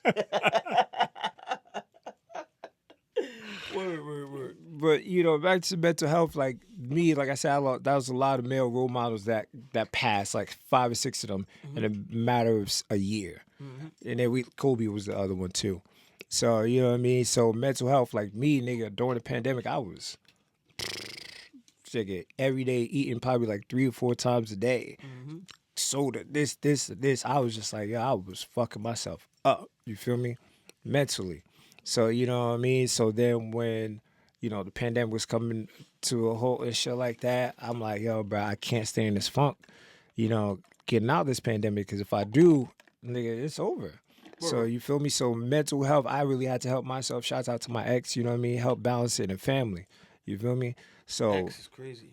hey, yeah, so well, Nah, go ahead. this is my ex, you know what I mean? So but like all those people being around me, you know what I mean, seeing me like, all right, I know you're down, but eventually you gotta get back up and you gotta so, you know, that's the mental health. And I started seeing a lot of folks during the pandemic really lose the shit, like they never made it back. I see, you know, there was this one shorty that I seen that I knew, still know.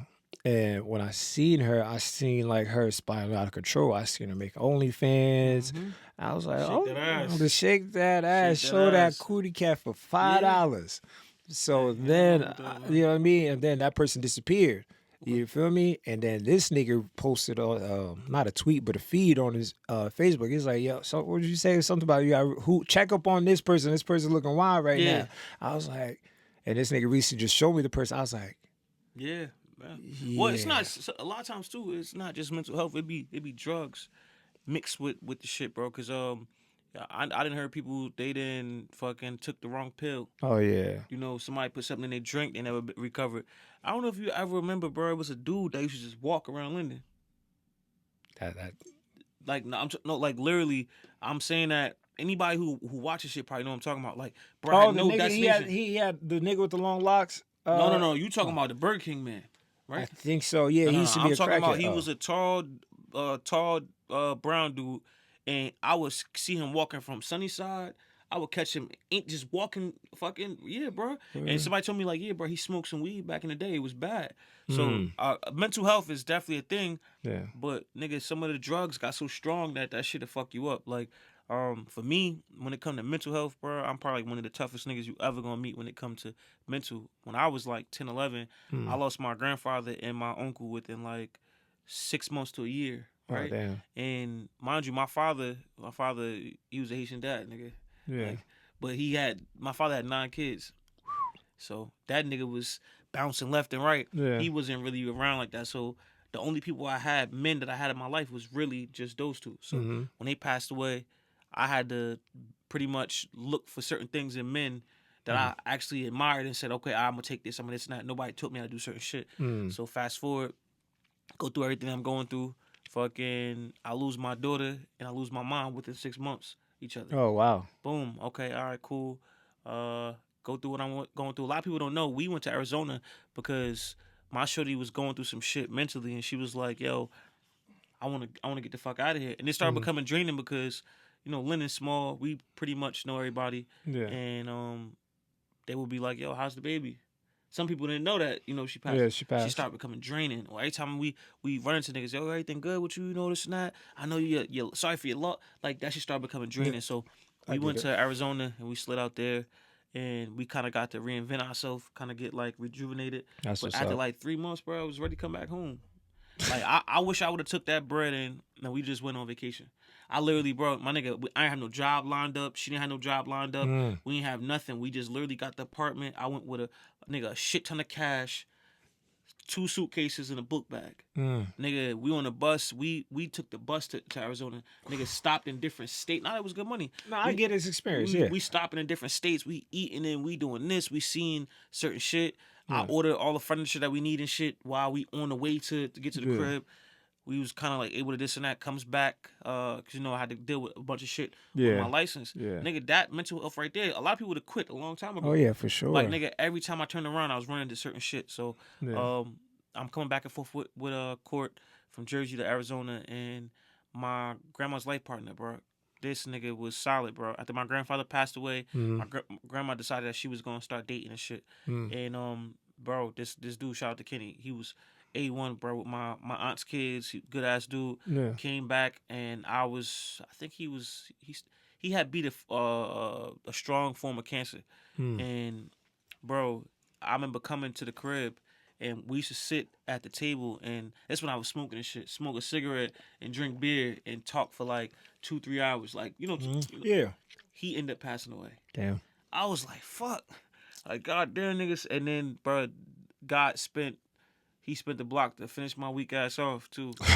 Nigga, I remember like a year or two after that and shit, I'm pretty much, with my grandmother, nigga, I love the shit out of my grandma because my mom's passed away. Yeah. So nobody can't tell me nothing about my grandma. I'm paying the bills. I'm cooking. I'm cleaning. My grandma don't gotta do shit. Nigga, I'm at work. My little cousin FaceTime me. I'm like, the fuck? I ignored it. I picked the shit up. Nigga, I see her face red as hell. My grandma died in her sleep in the bed. She was supposed to take the kids to school. Damn. And nigga, I remember leaving work. Nigga, I was in the car. I was right there by like Wood Ave in Elizabeth Ave. Okay. And I got stopped at the light. Somebody was taking forever. Yeah. Nigga, I stopped at that fucking light, bro. I damn near tore the whole car up, just Donkey Konging that shit in it, cause nigga, that was like my breaking point. You know what I'm saying? Like, I'm like, nigga, I'm going through all this shit. Life kind of started getting good and shit. Me and Shorty was kind of dealing with certain things, and bro, nigga, that shit almost broke me. And I was like, know what? I promised myself when my daughter passed away that I was gonna go under. I started drinking like crazy, so that's when I started getting into the whole working out shit. And bro, I needed something to give myself that outlet, and that's what that workout shit was. So I went from like 150 something to now 215. You know what I'm saying? Like I'm in there. I bench press 300. I squat, 2 and some chains. Like I put that pain into there. So like mental health is very important, but you can't succumb to a lot of that shit. You can't let nothing get to you. Like I said, a lot of it be drugs, bro. Be drugs and alcohol. So you gotta kind of curb some of that. Don't not have fun, but just kind of be easy with that shit, bro. Yeah, nah, I feel you. Because like I said, I see so many folks that gone under for drugs. Like I seen like this one shorty, she was out here doing dip with one of her dudes. I'm like, what? Like dip is like you take embalming fluid and put it in a cigarette or whatever, and the niggas try to offer me that. She almost tripped me. What the? Yeah, Like wow, fuck out of here. But you know what I mean? Like I seen a lot of people. Then I remember I seen then a lot of homies got shot. Then niggas just died on some. You know what I mean? So there's so much going on, and it's like when I started seeing people actually come back from their addiction, I was like, all right, that's what's up. Some people fell and that's down. rare. That shit rare too. Yeah, that's rare. You feel me? Like I said, the shorty I was doing dip, like I ain't see her for like a year or two. I come back, she got a car. She looking more healthier in the face. Like she turned her life around. So, but the other chick that I'm talking about that you showed me recently, I'm like. Yeah. Well, bro, another thing too, was what we never really had to face as a black community was like cocaine was never a thing. That shit a thing now. Like, bro, I ain't no fun. I don't even know where to get cocaine. You know what I'm saying? Yeah, for sure. Like, it's a lot of niggas. I'm talking about hood niggas, chicks from the hood. Niggas is snorting shit. They doing this and that. Yeah. Maybe they got more access to money and they got white friends. Again, I'm not putting on the white people, but Nah, for sure. you got Hispanic friends. You got somebody who they know where to get it from. But bro, it's starting to become a large population. Yeah. Of the people who lived in Linden who fuck with that white. Oh yeah. You know what I'm saying? So, just the whole drug addiction shit that go hand in hand with mental health. Oh yeah, for sure. Somebody be going through some shit. You start off sniffing a little coke. that shit is an expensive habit. You know what I'm saying? Shit, you can't keep up with that. Now you start crushing up perks. You start fucking. Oh, let me know what you know what's cheap is some heroin. Yeah, you know what I'm saying? Like Yeah. niggas is fucking with the wildest the drugs, and what that does is it alter the brain. Once it fuck your brain up, nigga, you never gonna get it back. I know niggas who was popping skizzies like M&Ms, and them Yeah. niggas is walking around fried. Super zombies. Yeah, hell yeah, bro. So them drugs, nigga, it's a lot of shit. Those is, white man drugs. This shit that they been fucking with, but these niggas know how to deal with it. They, nigga, a white nigga sniff some coke, take a vitamin and shit, and bounce back the next day. Everything good. True, You don't even facts. know, Yeah. niggas. We start sniffing coke, niggas is skinny. You know what I'm saying? Niggas be 25 pounds and 35 years old. Type Yeah. shit. So like, you gotta, the mental health is a big thing. Just you can't do everything that everybody else doing, bro. Oh yeah, for sure. And that's why I be telling people sometimes, I be randomly hitting my boys up like, yo, how are you? You good? This, that, and third. Like me, I'll come and troll him. But I was telling him earlier, I was like, damn, I don't think I sent my condolences for any of the passings, and that made me feel like fucked up. I'm like, damn, I could have sworn I did. You feel me? Word. But I'm thinking about it, I was like, I don't think I did. You feel me? And it's like, shouts out to your mom. Your mom was cool lady, bro. Cool. She didn't always see me like she loved like Shane and all of them, but she showed me love when I pull up. You feel me? The grandma, even your Uncle Man. Shout out to Man. I used to kick that nigga ass in basketball. That's my nigga, bro. That's You my know what I nigga. mean? So you feel me? So mental health is very important. I always tell people just tap in with your person and just see how the person's doing. And if the person doesn't want to like open up or whatever, that's cool. Let them be, But always check on people because, sometimes we need somebody to talk to. Like, even if you just had that one conversation, that might take somebody off the ledge. Like, I remember, I'm going to tell this quick story. I was telling him earlier. I'm moving over there chilling. I'm a person like, listen, I'm a Leo, so I love being around folks. So one time I'm up there, college campus, I'm just chilling. And then some white boy just comes up to me. Mind you, I had to size him up. I'm like, all right, you're 6'2" like me, and you're pretty big. I was like, if I gotta go down, I gotta kick this little motherfucker ass. But he just came on to mine just like 12, 1 o'clock in the morning. What the fuck you coming up to a random black person for what? Right. You know what I mean? So I'm like, all right, cool. He's like, nah, dude, I just want to talk. I got a lot on my mind. You know me, I throw in my therapist, my psychologist mind. All right, what's on with your mind? He said, yeah, bro, I'm just going through a lot. I just want to commit suicide. I said, wait, huh? Damn.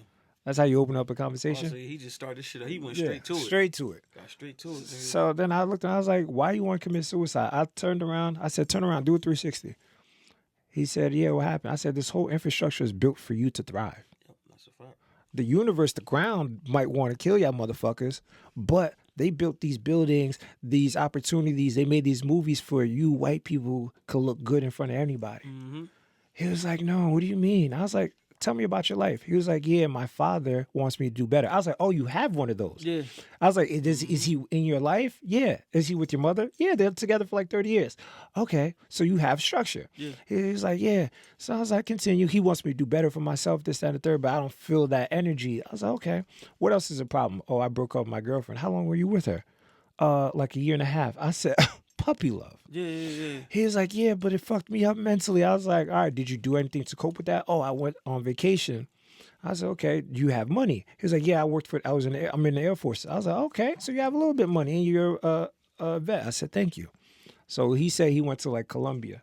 I said, I bet you when you went to Colombia, you didn't have to talk to no women. They just threw themselves at you. He was like, yeah, how'd you know? Because I said, if you look at Pretty Woman and all these movies, white men are the greatest. So if you go to a third world country and they see a white man, they're not going to let you. And you safe in that motherfucker. Yeah. So they're going to flock to you. And that's what happened. He was like, yo, bro, I didn't even see it that way. I said, listen, don't ever try to kill yourself. There's black people that don't have nothing are still pushing. So you need to push and do what you have to do. He was like, oh, I appreciate that, man. Well, sometimes too, like talking somebody off the ledge is cool, but you got to kind of speak life in the niggas and make sure that they know that it's cool to be strong too. Because a lot of times when niggas start talking about mental health, is they'll be dealing with some shit that they could get over or they could fix. This nigga's dealing with shit they can't fix. You know what I'm saying? Nigga wake up and shit, or he was born with one lung.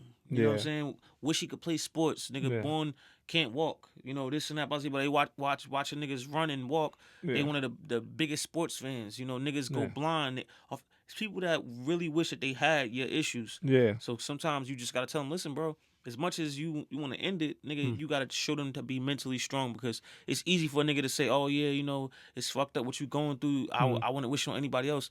You don't want to cater to that shit. You know what I'm saying? Yeah. For me, when I see niggas on social media like, yeah, I want to kill myself, this and that, I go ahead and send them something, and I say some shit like chin up, chest out. Oh yeah, for sure. Right? Because if you indulge and you start talking it, again, I want you to feel better, but I also want you to know that this all I'm offering. Like, Yeah. I'm giving you this because that's how I learned. My mother was tough as fuck on me. Like, nigga, the first time I ever got bullied was in my house. First time I ever got my ass whipped was in my house. You know what I'm saying? My mother used to do shit and make us learn the hard way, nigga. We've been washing clothes and ironing our clothes for the whole week since we was like 9 years old. Oh wow. You know what I'm saying? Other kids sitting here like, yo, they get mad, they gotta take the trash out. My mother was on our ass. So Oh yeah, for sure. as I got older, I started to become I was way more advanced than anybody else, because one, not only was I just learning from my moms, but I always had this thing where I was learning from the older heads. You see some of these older dudes and older women, they don't have the issues that we have. Like, you didn't have people talking about, I'm gonna commit suicide. Niggas was going through real shit. You know what I'm saying? Like, you had dudes with a secret family. Oh yeah. Paying for both families to do this and that, blah, blah, blah, working extra shift, barely get to lay his head. This nigga easy commit suicide and end this shit. Never even came across his mind. Yeah. You know what I'm saying? Because he knew he kind of created this shit. Like I said, people be going through real shit. And some of the times when you hear people say that they want to commit suicide, if you listen to them, it don't really be about nothing. Bro. You know what I'm saying? So, like, and it might be about something to them, but if you make them see, like, that's not really nothing, bro. Like, you want to kill yourself with some pussy. Yeah. It's a little nigga who was born without mom and dad. Yeah. You know what I'm saying? So, like, you gotta make sure that niggas is mentally tough, bro. Yeah, facts. Because, you know what I mean? Like, I had an ex-sister, we used to, like, to me, when people threaten they're going to do it, that means you don't want to do it. You just want attention. And I don't want someone to think like, oh, no, you're not being sympathetic or whatever. You're trying to, I'm just saying, it's like, if you're about it, you do it. Yep. And if you don't do it, you just want attention, because eventually someone's going to say, just do it. Yep. Just fucking do it. So, you know, I just wanted the people to know, like, listen, mental health is a real thing. You know, speak to people if they're willing to open, or if not, hey, wish the best for them. You feel me? Yep. So, well, you know what's going to fix it too, though? Get you some money. Get you some money, bro. I'm telling you. I told a story the other day. Remember, I was so fucked up financially, nigga, I ain't want to wake up. Wow. Nigga, I was waking up, but you didn't want to wake up.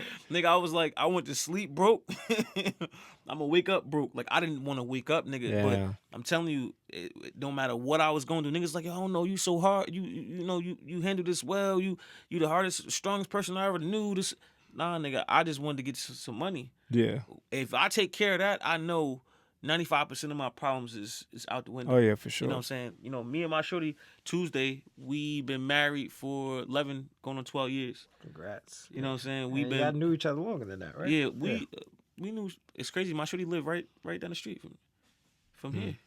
When I first met her and shit, and I think East Baltimore and Passaic. No, Passaic. No, Passaic, that's up north. Yeah. Yeah, so we've been together since, what, 20, so going on 14 going on 15 years, and been married 11 going on 12, right? Yeah.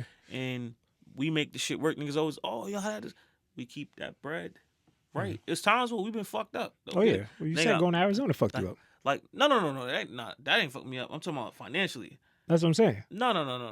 I could have spent that money on vacations. I still came back and I was good money. We was moving a certain type of way. If you think about you moving, security, furniture, all this stuff, I could have did 2-3 vacations and came home and been straight. Yeah. But now we definitely took a hit financially because of me. Like, I learned about financial freedom at a super young age and way before I really understood it.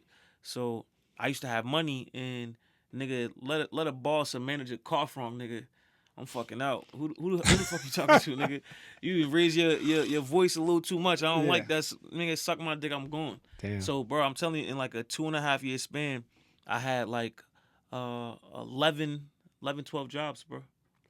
And at the time, I wasn't really willing to travel. So this is all within Elizabeth, Linden, Rahway, Carteret, maybe Woodbridge. But that's all in this vicinity. Damn. So, nigga, I'm going to all these different jobs, and I'm working a little bit, then I'm fuck you, suck my dick, nigga. I'm going here. I got money. I'm making bread. I'm stacking bread up, but I'm depleting my stack because I'm so quick. So then I start learning like, okay, all right.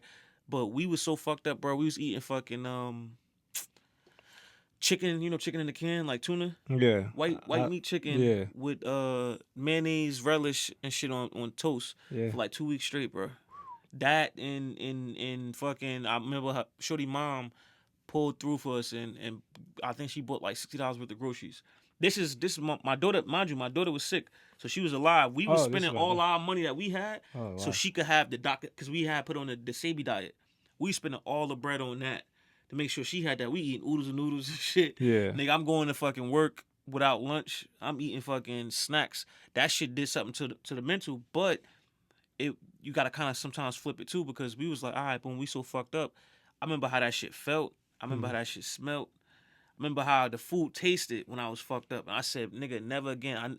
I never forget this shit. Shout out to this nigga now. My father-in-law, my shorty, like, yeah, dad, I need some money and this and that. I was like, he like, ain't you married? Ain't you with this nigga? Like, and that shit was all I needed to know right there. I already knew that's how niggas was coming. Yeah, like, for sure. You got a man in the house and this and that, and that shit kind of like woke up something in me. But like I said, that shit made us mentally tough.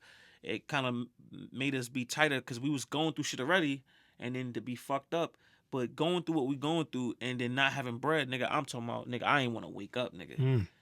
I'm in bed. It's Saturday, nigga. I'm mad as hell I don't got work. That's how you know it was bad. I'm mad I don't got work because I'm like, at least at work I could go take my mind off being here. Yeah. Cable about to get cut off. Phone bill. I got Obama, nigga. Yeah, bro. Money was real funny, and that's when I was probably the most stressed ever in my life. The moment I got that bread, no more problems, bro. No more problems. So mental health correlates with getting you some money, man. Make sure you go do that. Listen, shout out. That sound like the more money, more problems. You know what I mean? Like, less problems. Less problems. Nah, to me, like I said, for me to bounce back, I really turned into, like I said, I be on some therapy, psychology stuff. They always tell you go to do things that you did in your youth. So, I played like San Andreas, and then I was like, what else do I love? I said, I love music. I love creating. And then before my brother passed, even inside all them people, it was like, yo, bro, you really good at this. You do at this music, you do at the film, like you do all this shit yourself, do it. Me and my brother was like, yo, bro, we want to make like a film production, all that shit. So I was like, you know what? When I get some money, I'm really gonna just buy everything I need. Everything. Ground up. So, so yes, the money, like he said, money changes things, make you better, bro. I done bought so much cameras and all that. I just started pulling in these cameras and shit out. These niggas like, damn, you got this. Yeah. Some of the prices. It was like, shit costs money too, bro. So, you know what I mean? And some niggas were like, yo, do you even play your video games? I'm like, if people come over, sure. But majority of the time, I'm locked in, trying to bring content to y'all.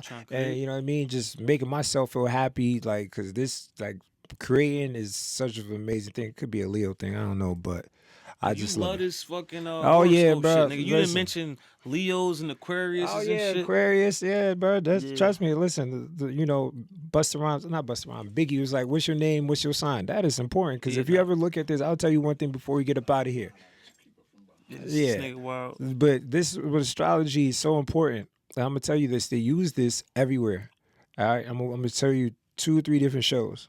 And I'm going to show you how to use it. All right. Power. That's Ghost and Tommy, right? Mm-hmm. So, Ghost in real life is a Capricorn.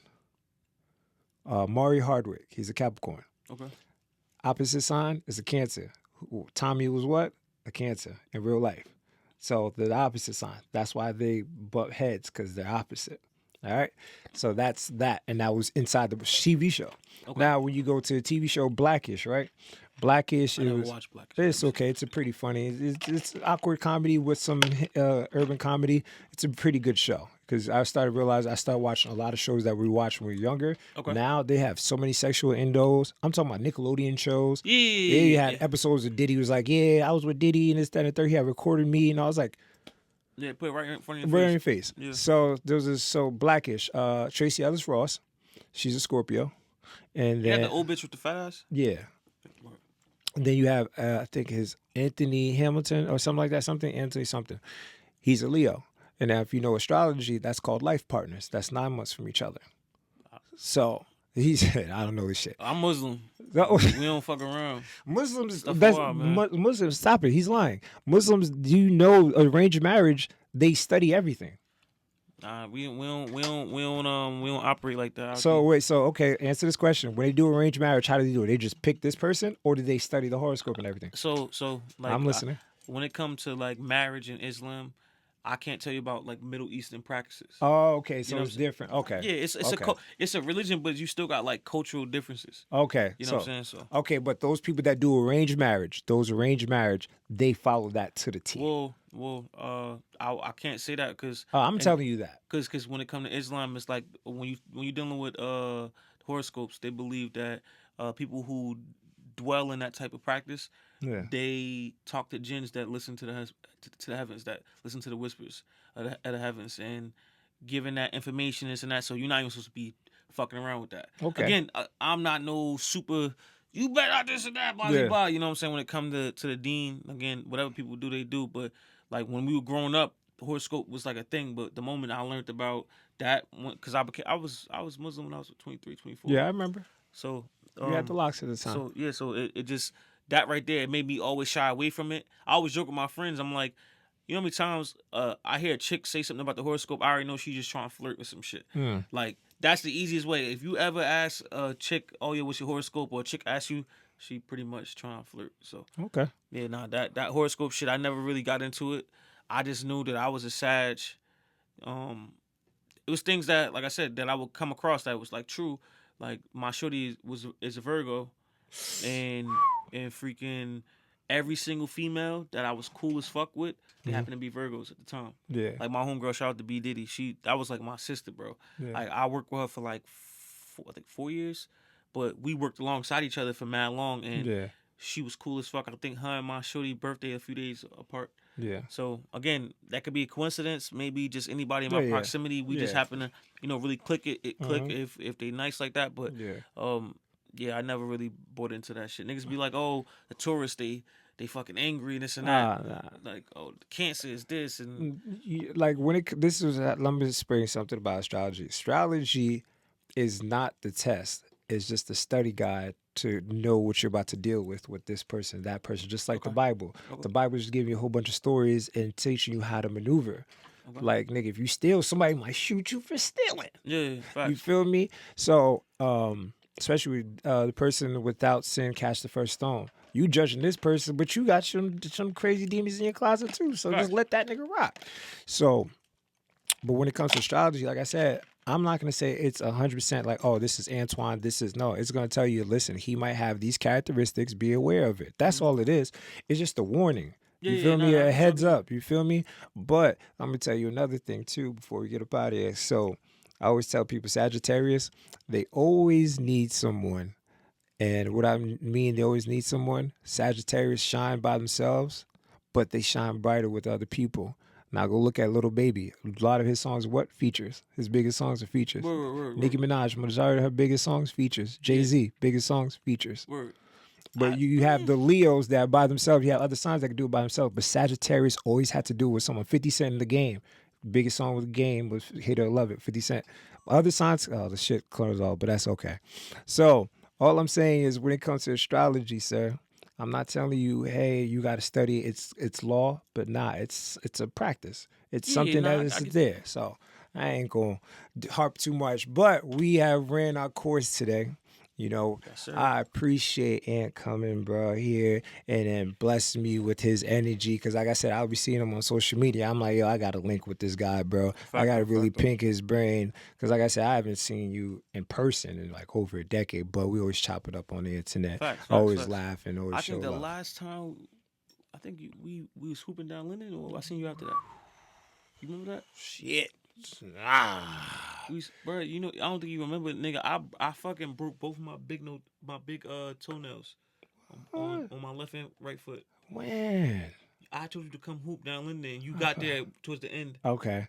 But I don't know if you remember, I had the LeBrons. You picked me up, then dropped me back over here on Roselle Street and shit. But nigga, I went to go for a block, and I think I jumped. You know, it's like somebody Yeah. like do one of these. Yeah. I jumped, and Yeah. my feet clipped their shoulder, Yeah. and I fell down. I put my hands down Yeah. first, Yeah. and then my feet came slamming down.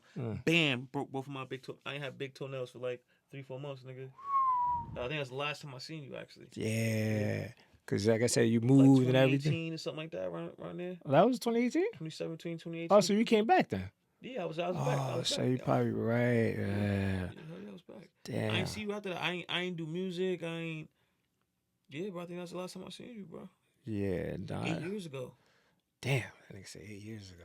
Fuck. Niggas old as hell, bro. Yeah, I don't say we niggas old. We're niggas is not old. It's just, you know, because at the end of the day, you say you doing what, 300 pounds bench pressing? Come on, go like some, you know what I mean? Some old niggas do that. They can't do that.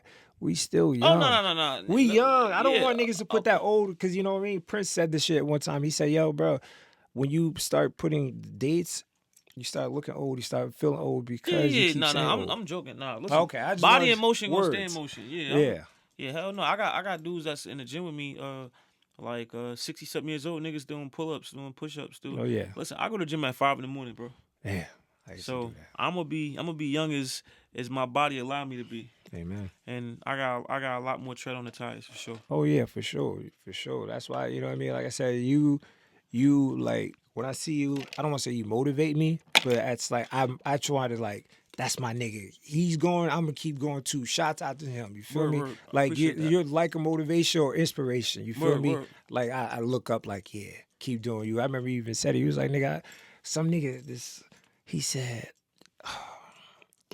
niggas think I'm haters. Why the fuck would I hate on you for? Nigga, I make over 100,000. My wife is a stay-at-home wife. He raises my kid. I said, he said, I'm not a hater. I have an opinion. Yeah. I said, because niggas is quick to call you a hater. Yeah. Because you don't align with them or you said something. Yeah, because I said something, bro. Listen, I literally be at work making good money. Yeah. And pull my phone out and just type some shit. Some shit just pop in my head. Mind you, I don't do music no more, so my creation is a little different. I might get something. You might see me on social media posting, like, damn. Yeah. And then you don't see me post nothing. My creative juices get to flowing. Okay, all right, let me just go ahead and say this. But, you know, it's been times where some people was like, oh, yeah, you know, he a hater, this and that. Nigga, if I see a nigga winning, bro, I love it. Yeah. Honestly, I swear to God, like, not one person can ever tell you, like, yo, this nigga ain't said, you know, he hate this nigga because this and that, he get money. Nah, never, ever in my life. What I do that I notice that I do, that I have opinions and I don't really care who it might be going towards. And it might not even be this person that's saying that I'm hating. Like, perfect example, my boss used to tell me all the time, I tell the truth too much. And I'll be like, yo, damn, what? Like, he'll be like, yeah, that shit, that's why you get yourself in trouble. Like, I never sugarcoat. I don't know how to. So, like, Yeah. I see something. Oh, these bitches out here bums. Oh, bitches that don't work, they doing this. And I'm not thinking about Shirley that I grew up with, you know, 5, 6, you know, that lived down the street from me, 5, 6 houses that going through the same shit I'm talking about. I just happen to see something and I say it. But, like, again, if you winning, you get into some money, even if it's your version of winning, I'm all for it. And who the fuck am I to tell you that what you got going ain't real right? So before I go, I was talking about some shit with my shorty the other day, and I definitely want to lead this with the podcast, right? I said I'm just finding out just now, just as of recently, that not everybody wants what I want. Right? And the reason, and you be like, well, of course nobody want what you want. No, what I mean is, it's some people who wake up and they okay with being the fry cook. They could be the fry cook for 15 years, for 20 years. Yeah. They could be the guy who sweep up in the barbershop. They don't want what I want. I'm just learning that. It's hard for me to understand why somebody don't want to shoot for the stars. Yeah. So again, I can never be a hater, because when I see a nigga shooting for the stars and they winning, nigga, I applaud them. I might not have to go to you or message you or this and that. I see you, nigga, I smile about that shit. I wake up. It's times I wake up, I'm like, damn, this motherfucker get into it. Nigga, it's nothing but love. Again, lead it with the podcast. Everybody does not want to be a millionaire. Everybody does not want to be successful. They want to have enough money to do whatever it is that they want to do, and that's that. So that is so true. I ain't even gonna say nothing on top of that. Because that is so motherfucking true. Well, and I appreciate you for popping up to the podcast. I done told niggas pull up. Niggas was flaking, bullshitting.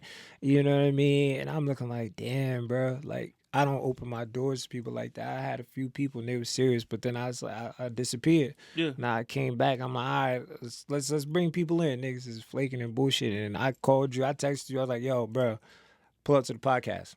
Say less. Yeah. Then I checked, like, I'm going to double check. Like, I'm just checking in. He's like, no, we sure for sure there. And he posted on your social media. Now I'm on my people shit tomorrow. I was like, dedicated. And that's what people have to surround themselves with, people, like-minded people. So please surround yourself with like-minded people that are going up, not going down. Yes, sir. Yes, sir. So and always show love, man. Always show love. If you got somebody got something going on, support it. For me, you know, people be like, yo, don't count favors. I count favors all the time, and it's reverse. It's not like I'm counting what I do for you. I count what you did for me. So like it's people who showed up to my shows when I used to do music. You know, came to a little showcase on a Wednesday. Yeah. Well, I never did no shows on Wednesday. But that's for the ass niggas. But I would go on the Fridays and Saturdays or whatever. People would travel. They would meet me. They'd pull up. Yeah. If they got something going on, in the back of my mind, I owe them. Until I show that love back to them, I owe them. For sure. You know what I'm saying? So, and that's the mindset I have too. So, you know, I for sure appreciate you, bro. We're going to get up out of here. Yes, sir. And I appreciate everybody for watching, like, and subscribe. We're going to be posting this. I'm now, like, usually I'll just drop some here and there. I was like a rapper. I was like, I'll drop an episode seasonally. Now I'm like, you know what? Fuck it, it's time to do this more weekly and be more consistent and stuff like that. So you're going to see these episodes very soon, and I appreciate y'all for tuning in. Yes, sir. I apologize for the camera dying. Sony, we going to fuck around and try to get this shit like a pack or something like that. For but sure. we appreciate And I'll y'all. definitely be back, and we bro. sign Definitely out, be back. man. Appreciate you. Back? You coming back? I'll definitely be back, Oh, buddy. we going to be back, I and I'm got going to have them do reaction videos and all. So y'all stay tuned, all right? Yes, sir. We out. Peace. I be doing the most. Bad bitch, all of my goals. Flooded both my wrists. Yeah, nigga, I do the most. Put some bread on your head, nigga. Killers gon' have a toast. I be doing the most. Yeah.